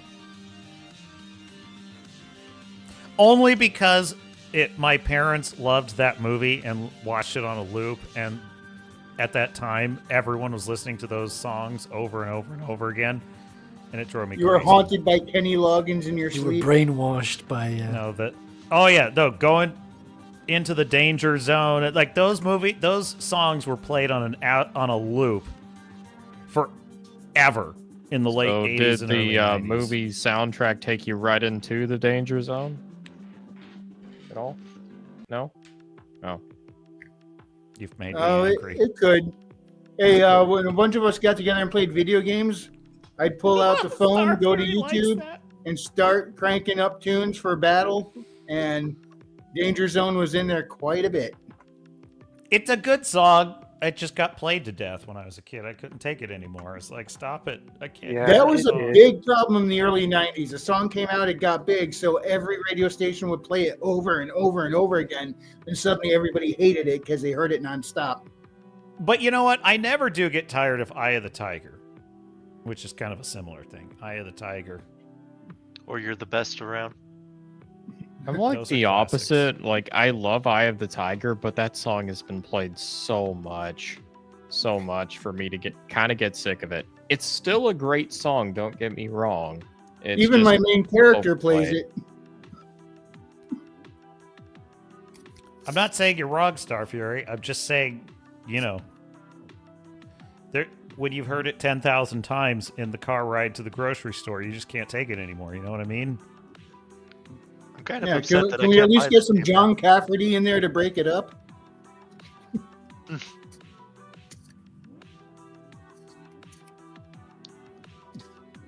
If you ever need a break from the same old, there's Chill Kid. I'll always show for It Chill does Kid. make great tunes. I can attest. Oh man, I'm gonna have to Yes, wait till guilty. That's a good Furry suggestion. Hitler comes out on Good Old Games. The wheels on the bus. You're going to have to do a review for that. Ferdolf Hitler. That in the dialogue in the game, literally the main character his name is Adolf. Yeah, of course. Well, apparently they removed it from Awesome Steam. tune I can't right there, imagine why. Guilty. That's a good point, Guilty. It's an amazing song, but good lord has it been overplayed. That one was also played by my main character. Hey, you guilty? Guilty, yeah. That's, that's the also, worst part is that's now a Bitcoin song, though. they're packaging all the new movies are being packaged with all those songs now. It's like that's what they're doing with Thunderbolts. And Oh, man. Fucking, they play those iconic songs to make you think, to trick you into thinking the movie's going to be iconic. Sabotage it's, by uh, Beastie Boys, man. How overplayed is that now? It's a crutch though in a lot of movies, I think. I mean, I'm not saying it can't be done well. I think the first Guardians of the Galaxy movie does it very well. Yeah. And the but second one, I thought. It's an The Yeah. second George one, you were Orwell, more yeah. diegetic with it. I'll which was agree a with cool that. idea. It's just after a certain point, it didn't take very long either. You started to notice that a lot of these music numbers that were being put into these movies, they weren't actually adding to the movie. It was almost like a distraction. It's like, hey, the writing is kind of subpar. Wait, here's a great song to kind of compensate for it. I honestly felt But like in that was Guardians, Encanto. In Guardians, the music was relevant to the story. Directly. Sabotage is the Pedro Pascal of music. Wait, Maji, you were saying that was the case with Encanto? Encanto, the movie actually, if you think about it, was kind of subpar in terms of writing and stuff, but its music saved it. For me, I wouldn't go that far. I this might be a little bit of a hot take, but for me, Encanto was just kind of an inferior version of Coco. Exactly. Coco is where the music complemented the writing. It went hand in hand. Granted, the music was what connected the story of the family.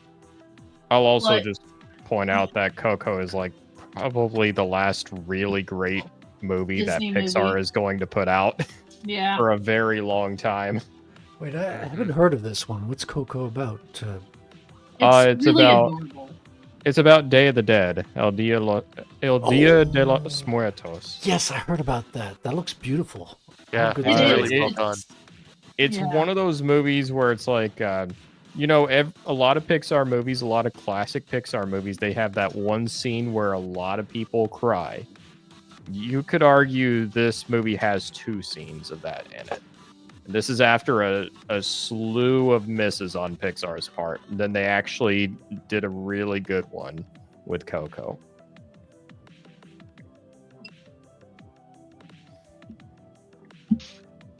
I bought the Pixar book on story writing. Like they had a really good formula in the early days. They would like have this whole Pixar how to get the story right thing. Did you guys ever stumble onto that? No, I didn't. I'm not surprised they have a book like that because there for a while Pixar kind of had it Well, down to a John science. Lasseter was a storyteller. He was an Imagineer. He Yeah, but understood people. He liked to give hugs though, so you know. Yeah, he got fired for giving hugs because he was a person. It's kind I of like watched Vic a video- Mignogna there. He got screwed over. Speaking of Pixar, I watched a video from Pop Culture Crisis earlier today. It says Pixar. The title was "Pixar Ditches LGBTQ Storyline, Introduces Openly Christian Character." Openly? I don't know Well, how coming from accurate Disney? that's going to be. Yeah, I can see them wow. ditching an LGBT plotline, but I don't see them painting a Christian character in a positive Yeah. light. And it was a transgender going into a bathroom plot line, getting kicked out and then getting sympathy for how hard it is being a transgender trying to go to the ladies' bathroom. Was Oh that a my Babylon gosh. B article? No. I mean, you can't tell the difference now because, you know, Babylon B is only satire for 2 weeks and then reality catches up, you know. Star Fury asked probably when Puss in was the Boots. last decent Western. I can answer that easily. Puss in Boots: The Last Wish. It was Oh, that was phenomenal. brilliant. Yeah, that was good. One of the best animated films I've ever seen. That's which one I reminds still me of need to another watch. movie that's considered bad that I liked, Titan AE. I love that movie. Oh, Yeah. I saw that in the theater when it came out. I loved Yeah, I it. watched you guys argue about that one, and I was still on the side that that's a great movie, and I love it. It's a great movie. I do It's too, classic. but everyone said it was. Most people I heard talking about said it was bad. I don't know why, but I loved it. There's What was lots bad of about problems it? with it. Oh, I think don't know. was it I- AC Pritchard who did a whole thing on why it was a bad movie? I think it was AC. I didn't even see that one because if I knew he covered Titan AE, I would have watched the video. I mean, it's a very basic story. Just the Earth has been destroyed by bad aliens, and we want to get our home back. We Not want the a new home. bees, not the bees. Yeah. I'd have to find the video, but he made some valid points. But I still love the movie, and I love the soundtrack, and I love the art. So has anybody been reading any sweet books over the last week or two? I am currently reading Wrench in the Machine by Bonsart Bokel. Oh, nice. I'm reading a much darker book series right now. If you guys have heard of the Black Company series, I've been going through that. I picked up The Shadow of the Gods by John Gwynne. I don't know if I like it yet, though. That's sort of how I am with Black Company. I know it's a fan favorite with a lot of people, and it's like I like the setting and everything. It's just the style of writing that I'm not the biggest fan of. I'm a little lukewarm on it. You know what I just cannot figure out is what people see in the Mistborn series. because like I went through about half of the first Mistborn book, and I just find myself bored with the tedium of the characters always explaining how using the metal works for the magic, and it's a very clever system, but like it just does not grab me. I don't know why. Yeah, so I know Star Fury, where I'm reading Glenn Cook. It's like I like it for the most part. I like his characters. They're actually written to be pretty horrendous human beings, but he does find a good balance with actually writing them out. My only real gripe is just how he paints certain pictures and everything. It can be a little tough to read at times, and not in the way you'd normally think. It's just sometimes it feels like it's not painting enough of a picture, but I feel like that's a personal gripe and not really something that's objective. But all things considered, like it's still a fun read and everything. I will say one book that I think is profoundly overrated, though, and I know people are going to disagree with me on this. Neuromancer. I love the impact the book has had, but I do not like the book itself. The writing is rough, really rough. Yeah, and the cyberpunk aspect kind of ages bad in a few places as well. Yeah, what's the other one I hear a lot of people say good things about? Is it called Project Snowblind? Is that it? Snow Crash with hero protagonist. That one is the best one. That one's cool because it's very visual. You have these characters that go in and fight in the Matrix, which is just like video game fighting, kind of, except with repercussions and all that. I enjoyed Snow Crash much more. I think it's a good time. It's a fun read. It's funny though that the name of the character is called Hero Protagonist. He didn't, go very far to search for the name, but it works. It works well. I think it's a good read. Yeah, I hear from a lot of people, they say if you like the idea of Neuromancer, but you don't like the book itself, read Snow Crash instead. It's a much better read. Oh, yeah. I read it a long time ago. It's been a while. But just good memories of that book. Yeah, and it's weird to say because it's like William Gibson is like a very, very, very influential author. He's gone on to write the script for some movies as well, hasn't he? Like, was it Johnny Mnemonic? I think that's a William Gibson script, and I like that movie too. It's a fun movie. Isn't that what kicked off the whole cyberpunk craze to begin with? Yeah, he's the first author to coin the term cyberspace. Yeah, it's like technically you had Philip K. Dick before him, but I mean, William Gibson is the one who really kind of like cemented a lot of the genre tropes and everything. Like 80% of the sci-fi movies were written by Philip K. Dick. It's very impressive. Yeah, What did overall you think of Lawnmower Man? Oh, well, that was fun back in the day. The body, putting your mind into the computer. Yeah, that was fun back in the day, but it's kind of silly. I want to read the story for it because I know for a fact, like it's a Stephen King story. Stephen King hates the movie. He really hates the movie. He always says that. Yeah, but I mean, true, but he's actually kind of justified on this one.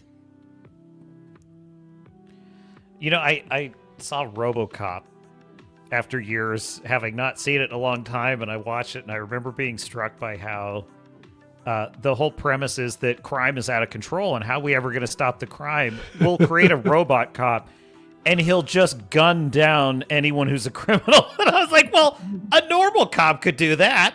You don't need a robot for that. You see, well, back then they thought police had feelings and would have trauma from killing people. I guess it's a different time. I think that was a movie where it was like the script was actually presented to Paul Verhoeven a couple of times, and he turned it down. Then his wife read it, and she was like, "Paul, you need to read this. It's actually really good." It's one of the best movies of all time, RoboCop. I It's love the good. first I watched it RoboCop so recently much. again. I know. The characters are so good. Oh man, it works really well. What's funny is I saw a tweet the other day of how RoboCop appeared at the Oscars and saved Pee Wee Herman. It was an actual clip from an Oscar, and I'm like, what the hell is this shit? It's a real thing. I couldn't believe it. And so now that you're talking RoboCop, it's just so freaking hilarious because I wasn't expecting to see that clip. That's way better than the Oscars we get now. What did they just do? They gave Amelia Perez a whole bunch of awards or something? I So have no idea. I don't love RoboCop 2 quite as much. That said, that movie still has some really good moments in it. It's probably better than the remake. But I hear Yeah, there's oh, a great definitely. there's a great RoboCop game that like is super sticks to the first movie, like first person RoboCop kind of game. Are you talking about, is it called Rogue City? Is that it? I think so, yeah. That's the one that came out just a year or two ago. Yeah. Did you play it? I heard good things. I haven't tried it yet. I haven't played it myself, though. It's like, I've heard a lot of people say great things about it. Yeah, I put it on my wish list in case it's a good like deal. I'll pick it up.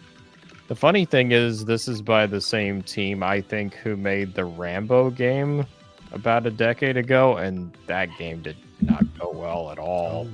Here, Wrangler, I found it. You're gonna laugh. Well, it's actually really stupid, but the fact that they did this as a skit in the Oscars, I found it. Sweet. Hopefully you don't get dinged for copyright. If you do, I apologize now.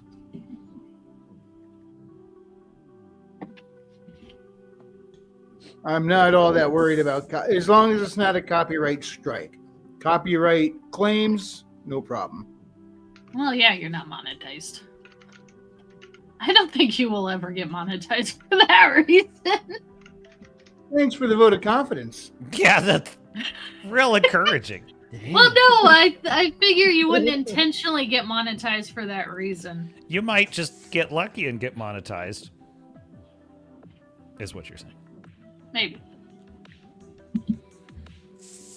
Oh, I think Actually, I need to adjust the format over here.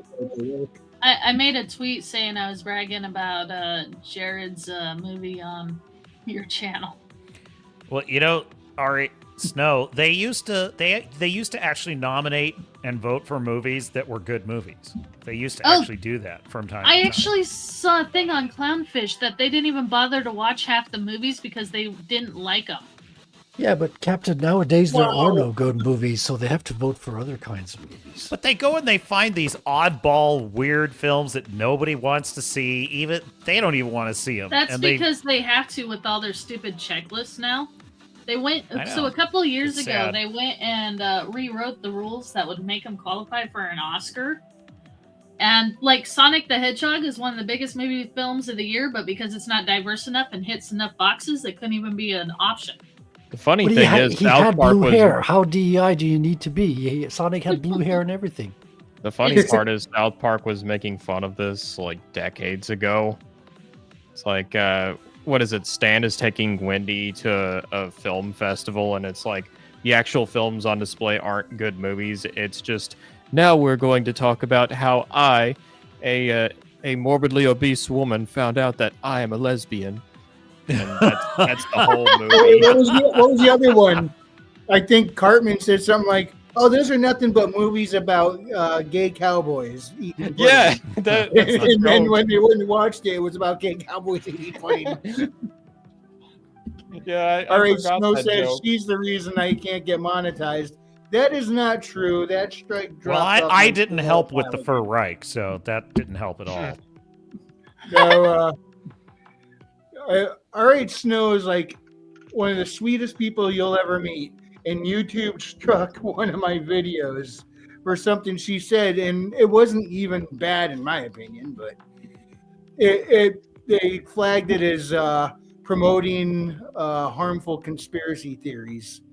Oh, Yeah, quote it unquote, was, spreading misinformation. Therefore, we are Yeah. going to censor it. It's like, And all they were doing yeah, was- that's totally not an Did excuse. she say something dangerous and irresponsible, like do your own research? no, she gave an opinion. That was it. She just gave her opinion, and it was one I agreed with. But the thing is, we were talking about the possibility of a certain conspiracy theory, being the inspiration for the Dolph Lundgren movie I Come in Peace. YouTube is silly. Yeah, It's they a silly are. place. It's been silly for well over a decade now, probably longer. I got one for you. So, I was trying to make a Facebook page for Iron Age Knights since Daniel's doing the new channel layout, right? Apparently, I kept getting flagged for terms of service violation as I was setting up the page. The only damn thing on the page was Iron Age Knights, the name. It sounds like an alt-right thing. It's too dangerous a name. What are you, All right, let's one of check those out this, Alex Jones video. sympathizers? Let me guess you didn't put any pronouns in the bio. Oh, that was it. All right, here we go. Warning, this is so tacky, but the fact it was part of the Oscars is amusing. Harmon. So thrilled to be here tonight to present this award. It's real. We're on live TV, okay? Off the stage. I don't care. This is live television, dude. Off the stage. Sorry, ladies and gentlemen. I don't know exactly what's going on. I've just been informed that the monitor upstairs shows a giant robot mechanical monster is smashing its way down the street outside directly toward this theater. I am so sure. And now, our first nominee.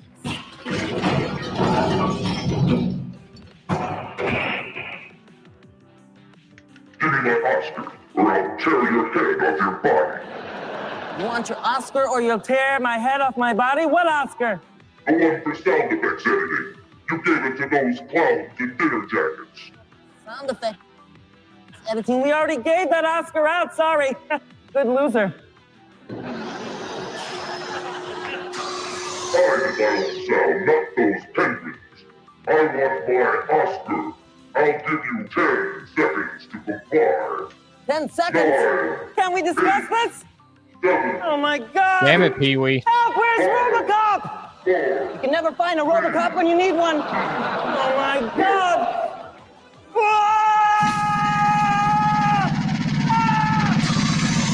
What the heck?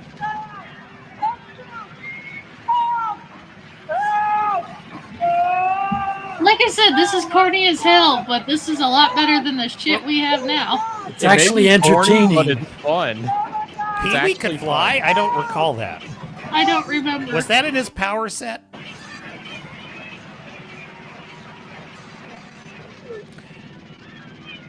I like Robocop.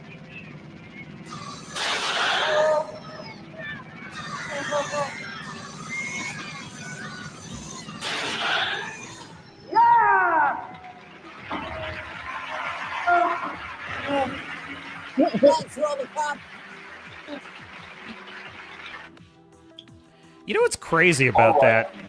That Pee Wee Herman and RoboCop are in the same universe. Well, Crossover confirmed. it's that the sense of I fun. wonder how they. The sense of fun. It's as if that when they put on these shows, it was as if the people that put on the shows were just as interested in having fun and being entertained and celebrating fun in films. Like, that's what strikes me about it, is like, it was just about having a good time with these fictional characters. And now it's about all their weird Stay safe, Snow. politics. It's fascinating, the difference. Well, It's as if they were film lovers, is my point. They were film lovers, not just us. Yeah. I think At it one was time. always there. Now they're just but message lovers. I think it was always there, but here's the thing. Like, back in the 80s, they actually had some good writers kind of in the actual writers' rooms, kind of helping them out. So they were able to go a lot longer without having to champion that. Now everything's so radicalized. I think social media is also a big factor in it. But between that and also a lot of media franchises dying out, Hollywood slowly going bankrupt, I think this is the end result of it. You're seeing the dying gasps of Hollywood right now. Even just putting aside the politics for a second, though, just the weird obsession with all their political messages. they don't seem that interested in the sense of play and fun that movies represent. Like that. No, they That's take about. themselves too seriously. Well, yeah, but like, I guess I don't know how else to put it. It's like they wanted to play with the toys too. You know what I'm saying? Like they've got a robot on stage and they're having fun with it, and it's about the entertainment of it. It's about the wackiness of it. That's all it was. Just about celebrating entertainment and having fun with it. Which is what it should be. But it's so bizarre that they don't even seem interested in, aside from the politics, like they don't even seem interested in films as entertainment. You know what I mean? Like they don't even want a film that's about fun and robots or any of that now. Or fantastical things or whatever. I think that Barbie was partly successful because it sort of, aside from the actual content of the film, all the marketing and excitement around it had that sense of like fun and play that is so lacking. Ken is what saved that movie because Ken didn't take himself seriously. Yeah, I actually thought, what's her name? That Margot plays Barbie. Robbie. Margot Robbie. I thought she would have been a lot of fun if she had a better character to play. But the first like 20 minutes, she was very fun and bubbly and likable. And of course, she immediately reveals that she's depressed and suicidal. And then Ken is the only fun one after that point. I mean, okay, so I wasn't okay. So sad thing is, I am Barbie's target audience. That's not sad. I didn't care for the movie, but as soon as the freaking song "I Am Ken" busted out, I'm like, all right, I will never watch this movie again. But oh my gosh, this is the funniest thing ever. I feel like the film should have matched the tone of its marketing, which the tone of its marketing was fun. It was play. It was creative. It was people dressing up, and then all of that was fantastic. And what about that whole Barbenheimer crossover that people did at the cinema? That was strange. Yeah, it was cool. I think that was a fun. That was just the universe unfolding, in its own strange way. But I remember Trippy was all about the Barbie movie. That shocked me that Trippy really liked it. I like Wicked.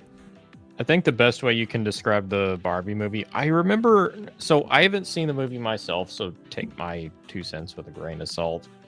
But I remember hearing Shoe on Head kind of give her own opinion on it, where it's almost kind of like a Rorschach test for who you are, like what you end up taking away from the movie. For some people, it's like a hyper feminist propaganda film. For some, it's like a very self-aware comedy. Some it's kind of anywhere in between, or something completely different. Whatever it was, think it the made film- bank. I think the film took its own messaging seriously, though. That's that's how I look at it. If I felt like the film wasn't taking it seriously, I'd probably have a different opinion of it. Because the film never pokes fun at its own premises. It's very preachy all the way through, and I think that's the problem with it. Is it should have poked fun at both philosophical sides of the story. Mm-hmm. I think it had the potential for greatness. The first 20 minutes of Barbie, I thought, was very fun and very creative and imaginative, and made you want to just get pulled into the world. And then it just became kind of just strange and depressing. Just And then my the opinion. last half hour killed it when she became all preachy about the toxic masculinity and the feminist bull. I'm just like, no, you just ruined the whole movie. Well, Tim Allen, do you like Barbie? Because that's exactly what we're discussing tonight. Well, now that Tim Barbie. Allen's here, what we're going to be discussing is mead. That's all I do Tim like Allen Mead cares about man is mead. Thomas. Tim Allen said, "Where is the mead?" Where is it, Tim? I almost read that in kind of like a Christopher Walken voice. I Where like is the mead. mead?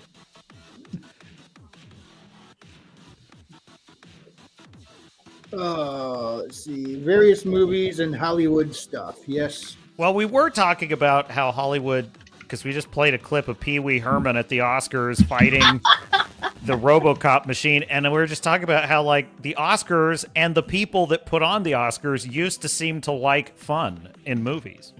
They used to seem to like the entertainment qualities, and they just don't seem interested in that anymore. And Or at least they then like the- RoboCop and Pee Wee Herman. But And then there's the opposite side. So like I said, I really don't care about the Oscars. It just happened to show up on my feed. I think Johnny Douglas was trolling. But there was this other tribute from yesterday or day before, whatever the hell the thing was aired, that it was supposed to be a song tribute to Bond, like James Bond, because we're going back to Bond. But nothing about the musical, I will not bring it up because you will definitely get striked for that one. But nothing about the musical performance screamed James Bond. They were just women blowing their arms in the air in these tight, weird dresses with an eyeball in the background. Like, nothing screamed to me James Bond. If you're going to do a dedication to James Bond, you need, like, somebody dancing between a man dancing between the women and flirting with the women, maybe a martini, shaken not stirred, something that screams Bond. Nothing about that performance. you need an actual Bond Bond. girl, and those aren't allowed in Hollywood anymore today. Well, not just a Bond girl, but They Bond. just tried to get Sean Connery up, and like immediately the producer's like, "No, go away, Sean Connery." But yeah, how can you do a Bond tribute without at least a guy in a suit walking around flirting with the dancers or something? There's nothing.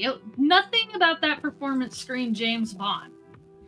You know, it's if they had RoboCop today, if they make that film, if that film would come out today, they would hate its fan base because they would hate the fact that the fans love this robotic cop that's basically a fascist cop. And that's what they would think. They'd be like, they love that he's a fascist cop and he's gunning down these poor criminals that just want bread.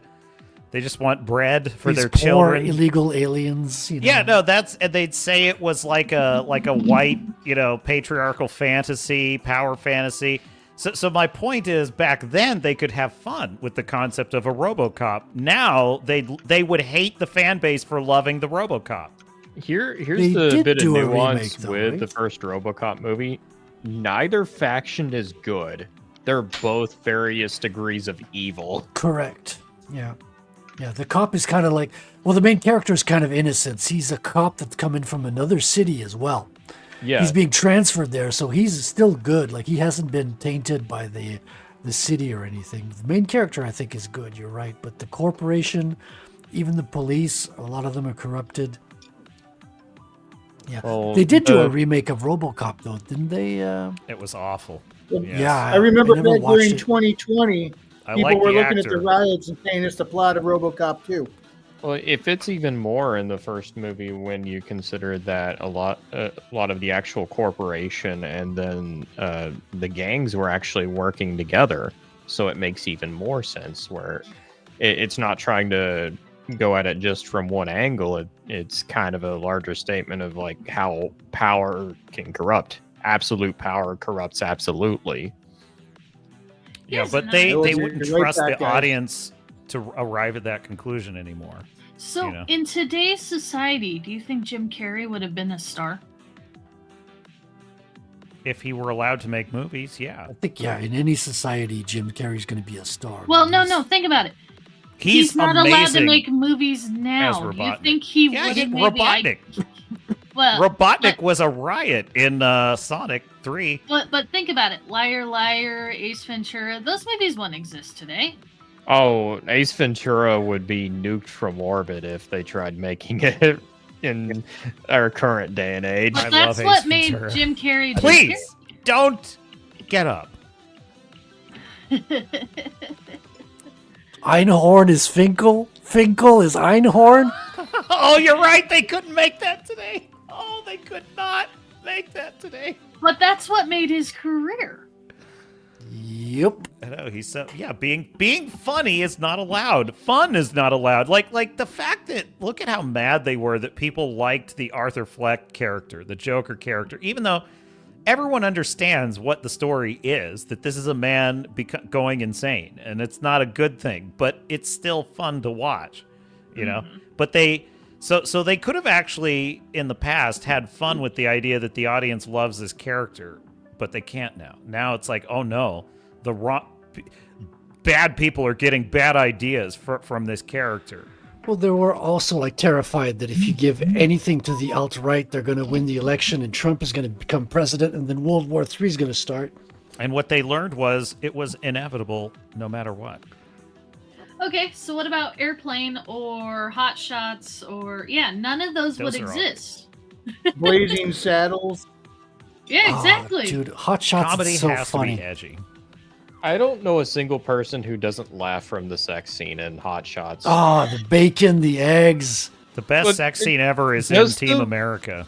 Just the one bit alone where it's like he just like he puts like an olive on her belly button, then he just like presses down on her belly, it like pops into her mouth or whatever. Every person I've showed that to, they all die from laughing. So hot. And it was making fun of how, because 80s movie love scenes were so melodramatic all the time. They were so idealized and so like, and always like a crazy sound, like, you know, soundtrack playing. Well, the Top Gun, like the actual like quote unquote sex scene in there, it's like it's very awkward because it's like they're licking each other for like 2 whole minutes, and I'm like, yeah, this is kind of awkward. They're milking so I'm the like, cringe, it kind you of know? does make sense for Hot Shots to just like poke fun at it. I liked when he like crosses his dad on the river from like that other movie, like Apocalypse Now. You know, his dad played in Apocalypse Now. The actor, Martin Sheen Martin Sheen. Yeah, Martin Sheen Sheen. and Charlie Sheen. They both changed their last name, and Estevez didn't. So they're like, he's Rambo on the river, and he's like coming straight out of Apocalypse Now, and they're seeing each other, and he's like, "Hey, I loved you," and they both like call out each other's movies. It's funniest nod. I think that went over my head at the time. I don't think I remember that. I'll tell you one thing that might actually end up helping movies. I don't know if it will happen or not right now. We'll have to see. But it seemed like something decently similar happened in Hollywood around the 1970s. And it was around this time where you got the first Rocky movie, which was almost kind of like a direct response to that, where so many films were just dour and depressing. Fun wasn't allowed. There was always kind of like a pessimistic or even nihilistic message to it. Then Rocky comes around and it's like, yeah, like Rocky Balboa goes through shit in that movie, but it's ultimately a very like positive, optimistic film. And it's something where it's like you can feel that is straight from the heart. And I think it was one of the movies that helped kind of like revitalize films at the time. I think if audiences are given what they want, they'll demand more of it, you know? And what struck me today, just thinking about it, is how committed all of these film companies are to not giving their audience what they want.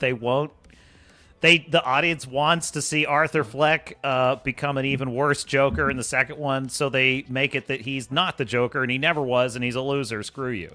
The water weasels will rule.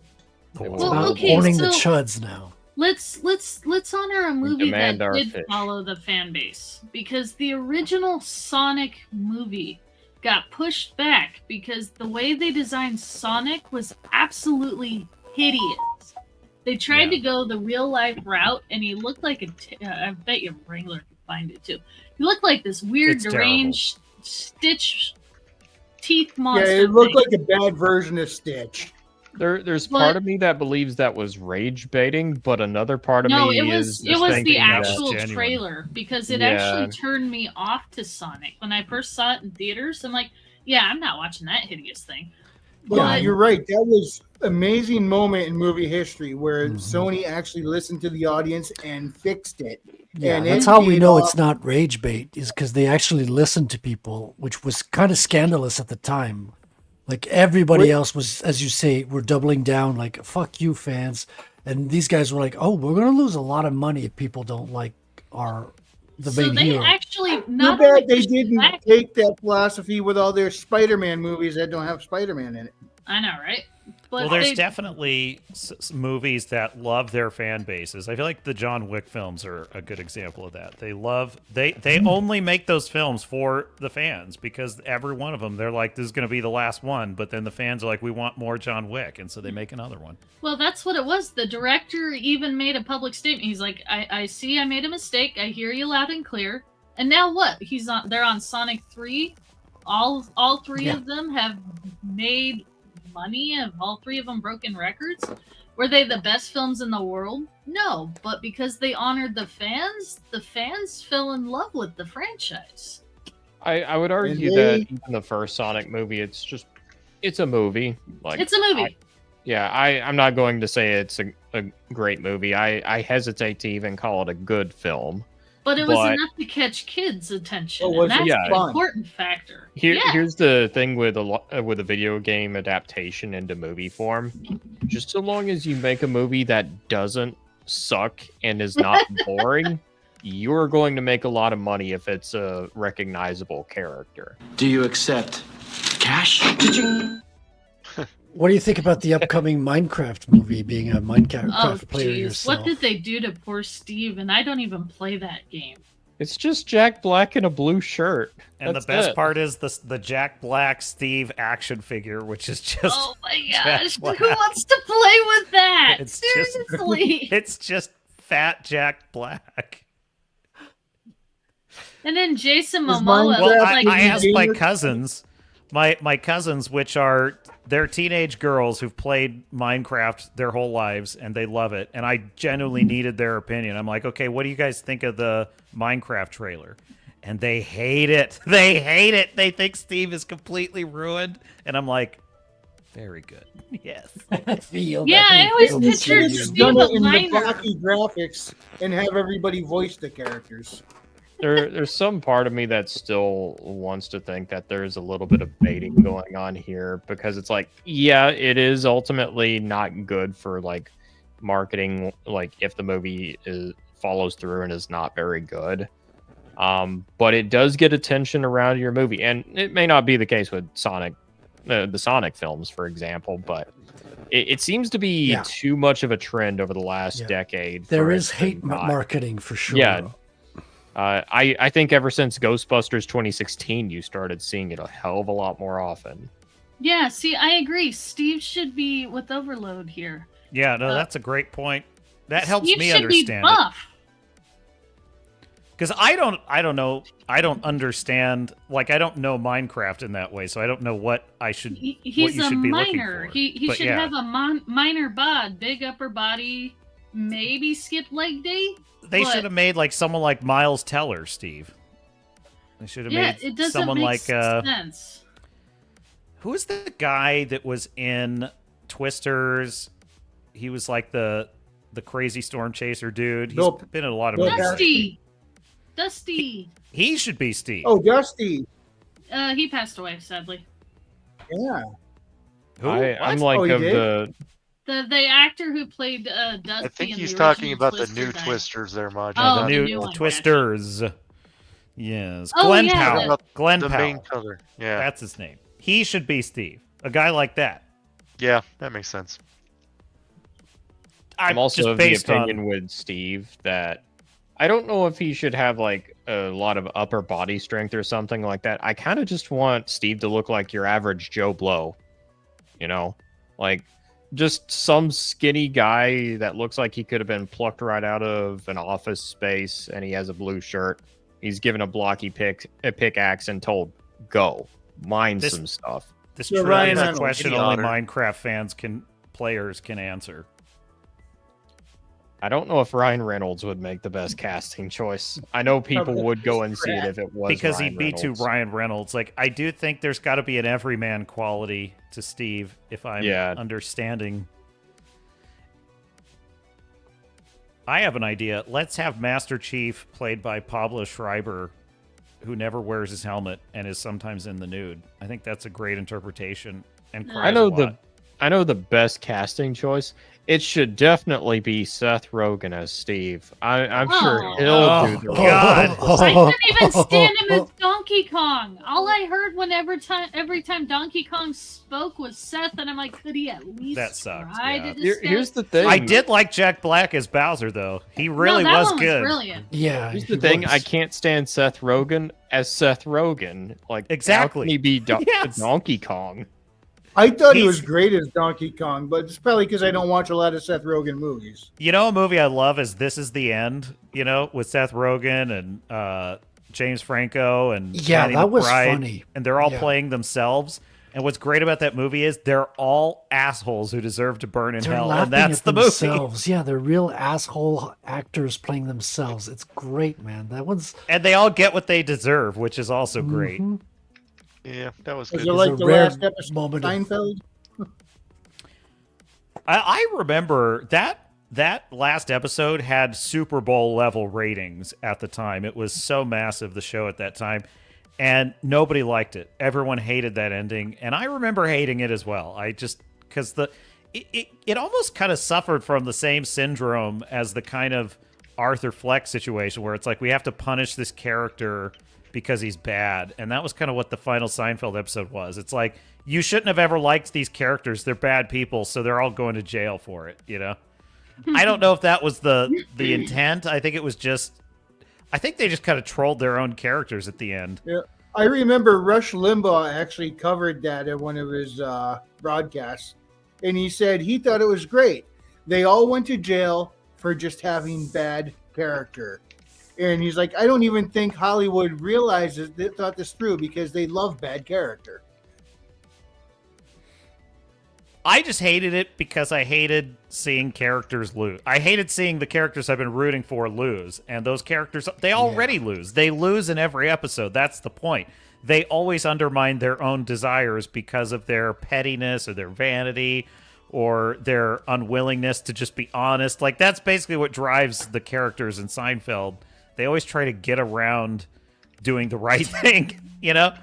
But it's always from a very human place that we all are tempted towards, you know? Like, oh, what if I just erase the voicemail before she hears it instead of having to deal with the fallout of her hearing what I said, you know?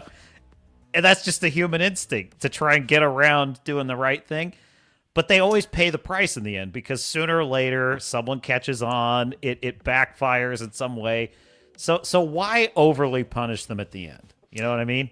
And now, like, millennials are watching Seinfeld and finding it incredibly bigoted and like really offensive. Which is funny because they yeah, love hilarious. Friends. Yeah, and so I haven't watched too much of Seinfeld. I know it's a bit of a crime. At the very least, like when I watch Friends, I'm like, don't get me wrong, I decently enjoy Friends, but I'm like, these are not good people in the slightest. No, So they're terrible. yeah, I it's mean, like two they're of them kind can't of even fucking keep awful jobs. people. The thing about Seinfeld is Seinfeld actually like created a bunch of memes like that are common today. Like, not that there's anything wrong with it. Well, if you haven't seen Seinfeld, you won't get the reference. But that's when they talking about one of their friends being gay, right? And throughout the whole episode, every time they mention a gay character, they're like, "Well, not that there's anything wrong with it." As soon as that episode aired, everyone started repeating that phrase. Like, I know that everybody changed- talks about the soup Nazi. who's a real soup character. for you. Oh, the muffin stumps is one of the that's one of the best ones. The thing about Seinfeld is that you're laughing at these characters who are undoing themselves all the time, and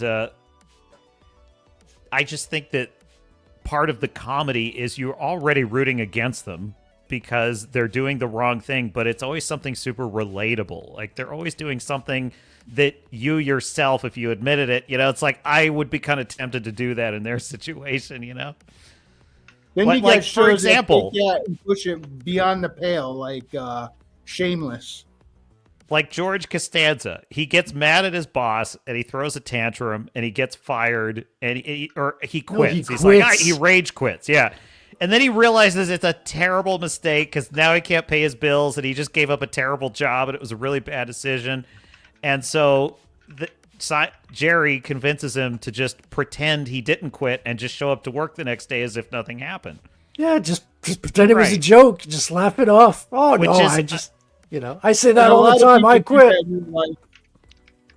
It's a terrible idea. It's a bad idea. There's no chance it's going to work. And yet, you kind of can relate to it because you're like, if I were in that situation, I'd probably be tempted to You try gotta do this. something, right? I've So I seen think it that's done. why I've it seen works. People get a fit, quit their job. Next day, they show up to work like normal. It's just crazy enough it might work. That's what's so funny. Yeah. The thing about Seinfeld is, at the time, it was very funny. I watch it now, though, and it's like the jokes are still funny, but I don't really enjoy watching it because it's so dated. It's very dated. Like, none of the situational comedy would work in the modern world because of cell phones and things like that. Like, there's a whole plot arc in one episode about trying to get to the answering machine to erase a message on the answering machine by stealing the tape.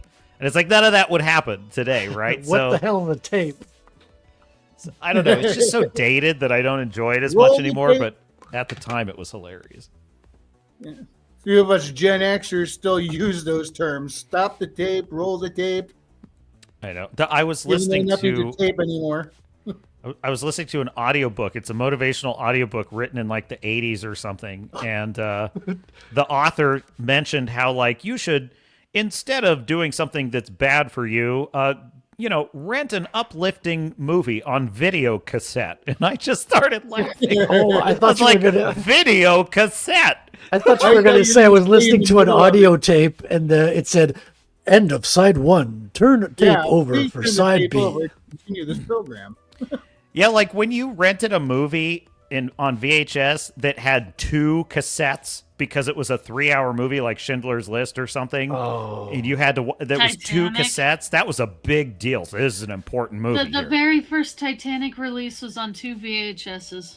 Yeah, And you got to rewind both Braveheart of was those 2 tapes. VHSs. Because you're The not going to Godfather. rewind the first one after seeing it. You're going to get it out, get the second one in as quick as possible.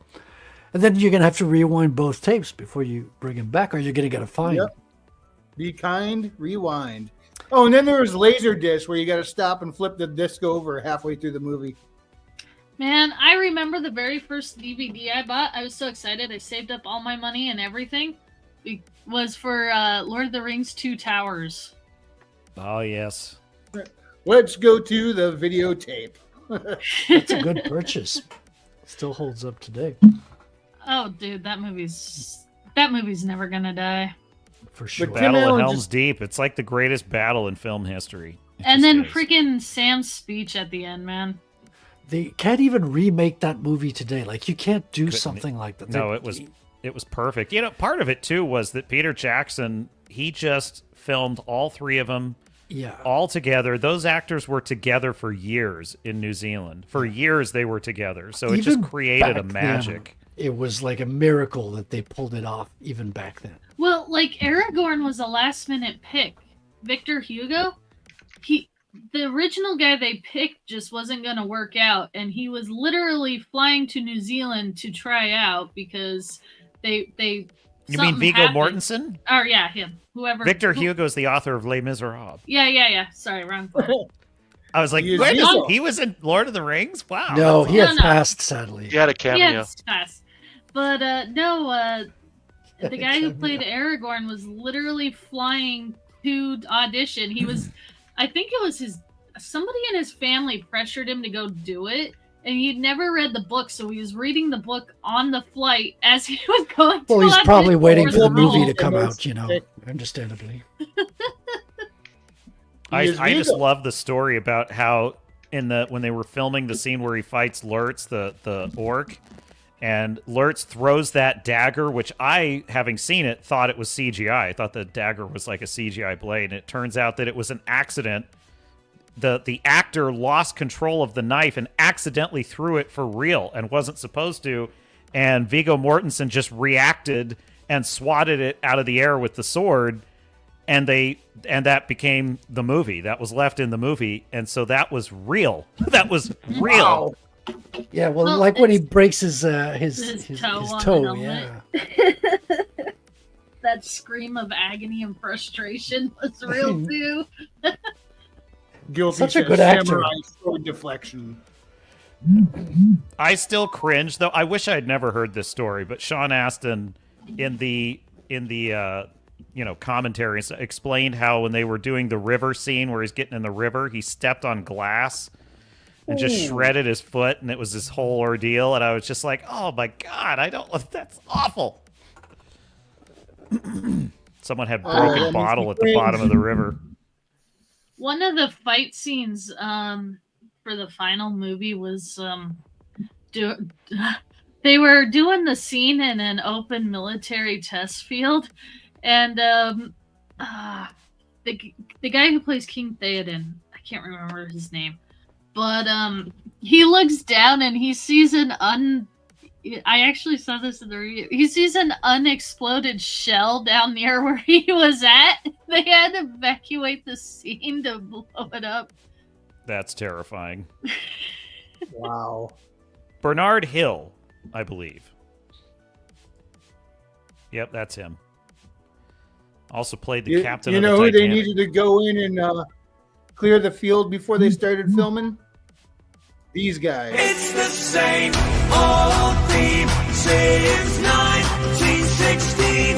Eeyore-head, they're still fighting with their tanks and their bombs and their bombs and their guns. Eeyore-head, they are dying. There they go. Those brave kittens. I do love cats. Anyway, we are yeah, well they call it saving the cat for a reason, right? Gotta save the cat.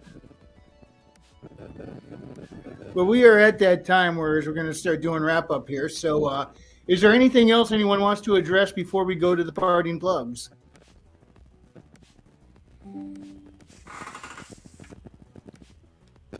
No. Don't think so. Don't everyone speak up at once. RoboCop is a kick-ass movie. Watch it if you haven't. Watch it again if you Agreed. have. Watch it, bitch.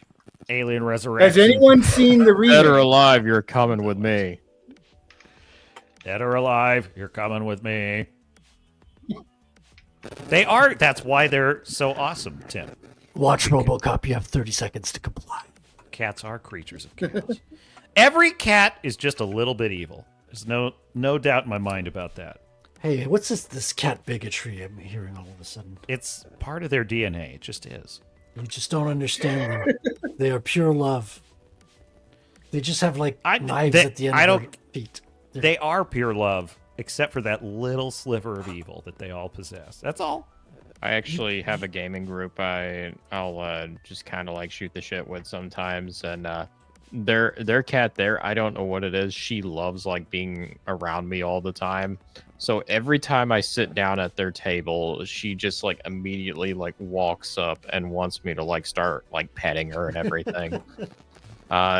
There's also the occasional bit where it's like she can tell I'm stressed or something because she'll actually like stretch out her paws and just like get onto my lap and then just look up and stare at me. Yeah, they're great. They know you're feeling stressed out before you do. Cats choose humans. That's just how it works. I didn't choose cats. Cats chose me. It's a great honor. Be proud of that. They don't choose just You mean anyone. a great otter? So, I'll Rip see shot. myself out now. well, on that note, I'm going to start wrap up. So parting plugs, starting with Maji. Okay, so I looked it up. It was Viggo Mortensen who saw the unexploded shell, not King Not Victor Theoden. Hugo? Yeah, not Victor Hugo. Okay. Ah, my brain. He said, All "C'est the la thing vie." is Ghostbusters too. He is Vigo. Yeah, no, when he was giving his speech at the Black Gates, Sacre bleu. that speech was a lot more terrifying than we realized. Walks up to the gates of Mordor. I fought in your general direction. No, I'm good. I'm working on it. Hopefully by the end of this year we will have a completed solid book. So Sweet. more to be I'm continued. excited to read it, Maji. You've been working on that book for quite some time. It has gone through quite a major change. I could tell you this current draft is nothing like the original, but it's for the better. That's usually how it goes, especially with the first book. Hmm. Especially when you are utilizing the help of Mr. Daniel P. Riley. Oh yeah. It's, have they nailed down that Iron Age Knights formula yet, or are they still experimenting a bit? They're still experimenting with it. What it sounds like they're going to be doing is one massive interview once a month, and then little shorts and stuff throughout the month, as well as little clips from older interviews being out released, just to try to, until they can figure out what to do, since all of Iron Age Knights is getting completely revamped. All right, and that's Iron Age Knights with a K. It's its own channel now, just Iron Age Knights. Go check it out. It is Daniel in P. the Riley old. It is in running the it. old Drink with Crazy replay, but since he's no longer doing live streams, Daniel has officially taken over. All right, Otter. Well, Habanera. if you want to support the Otter, he has a book out. He's about to release another one. It's coming very close. It's going through final polishes as we speak. Nice. He's And- also a star in my book. I am. I'm very proud to be a star in your book. He is Lord Otterington. No, Silverton. Oh, I see. Well, anyway, if you want to check out what the Otter does, he has a book out. It's called The Curse of the Star Raids. It's a really good book, or at least so I'm told. You can find it on Amazon, Barnes & Noble, all the retailers. You should be keeping an eye out for my next book, which I'm hoping to be finished with here by the end of the month. On top of that, I am hoping to get back into live streaming rather soon. Thinking about getting back into Red Dead or maybe some other similar game. We'll have to see. That's where you can find me, though. I'm also shitposting on Twitter.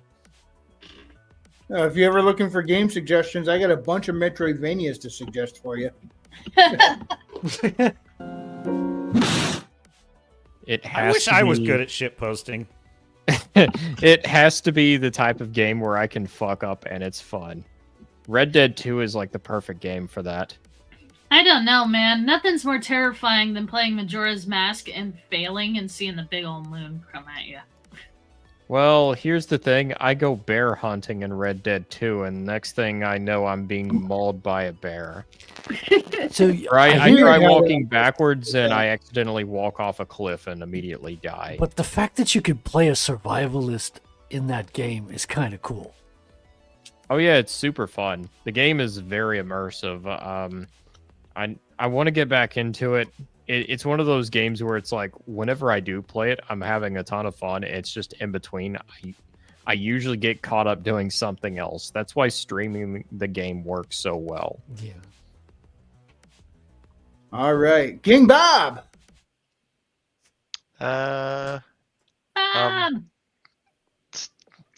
Reading code right now, trying to figure out how to do crap.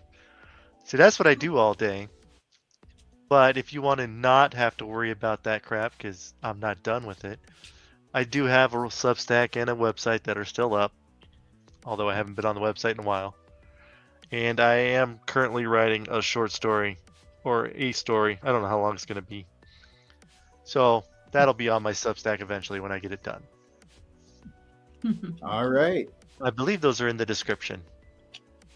I think so. Yeah, your website should be in the description. I think that's there one you of the. go then. I have everyone's links in there, and I just kind of every new stream just copy the old one and paste in the description, and I think all the links are still there. Yeah, I don't will because I keep saying they're there, so they better be. I don't think mine's active anymore. Captain Garrett. Yes, just check out the Swords and Starships channel on YouTube. That's Swords and Starships all the time. I just did my review of Your Friendly Neighborhood Spider-Man. I'm pretty proud of it. I tore it to shreds by way of juxtaposing it with the brilliance and greatness of the other Spider-Man portrayals, such as Tobey Maguire, Andrew Garfield, and the animated version. Which is great because it gives a lot of different bases for comparison as to why something works and why it doesn't. And Yeah, absolutely. Are you planning to do more videos like that? Yes, my goal is to get minimum one video a week from here on out. So this week I'm focusing on the Daredevil show. But actually, I'd like to get to 2 to 3 videos and some shorts. Like, I'm getting them on the grind. On the grind. Tim Allen's in the got bit by the writing bug as well. Nice. Never stop. When you finish that story, start the next one. All right, Frederick, Also known as Judge Dredd. Judge Fred. I'm fucking up my own jokes today. It's not a good day for me. God damn it, Judge Fred. Get your shit together. imakecomics.com is the forward address. I'll take you to retailcomic.com where I updated my progress page. I'm up to 3 pages colored, 7 pages lettered. I'm like at 13 pages inked, and the rest is penciled up to page 24. So I'm about halfway through the project. It's coming along nicely. You'll see updates soon. I'm also on YouTube on my own channel tomorrow. On the Proof of Comics, we've got a guest called Len the Lurker. So I don't know if he stops being a lurker when he's a guest on the show, but it's going to be interesting. He's got this alien avatar concept, so it's going to be fun. And on Wednesdays, I'm on Comics Game Commandos, and this morning I was on Katydid's channel. So if you're reliving the day like on Groundhog's Day, you're going to love watching that show tomorrow. But yeah. So yeah, stay tuned, check it out, check the comic, check the progress. There's lots of samples to have a look at. And follow me on the socials. Twitter, I also do shit posting. Not very good at it, but once in a while you see like updates on the art and stuff like that. It's fun. It's fun. Got some commissions that are about to be finished. So exciting stuff coming up. Excellent. And you can find my stuff on Amazon.com. You got Haley Star Bad Kitty and the follow-up Bad Kitty Haley's World. You can also find me under Frequency Studios at Substack, where I have a short story set in the same continuity. Also, link in the description to merch, and you can follow me on the X Twitter, Truth, Minds, Blue Sky, all under Frequency Studios. Thank you so much, everyone, for joining us tonight. It was a good time, and yeah, we're going to call it a night here. If you enjoyed this presentation, hit the like, and if you didn't, I appreciate you stopping by. We'll see you next time, and God bless. Bonsoir. Squeak, squeak. Squeak, squeak. Why so squeaky? Why so serious? I don't know, man. An otter sounds like a dang squeak toy. Squeaky otters. You won't like me when I get squeaky. Yeah, thanks a make lot. me My squeaky. entire Twitter feed is flooded with otters for some random reason. You're welcome. And now I can't help but share some of the cuter videos. Damn it. Their cuteness will be our undoing. Water sausage. So it begins.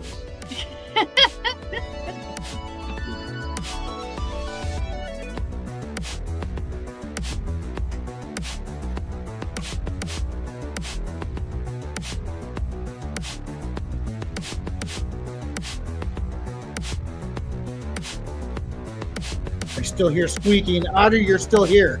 No, that's my poutine going squeak. Squeak, squeak, squeak, squeak, squeak. Jewish space laser. Free cheese curds, you know. Squeak. Good night, everybody. Squeak, squeak, squeak. Bonsoir.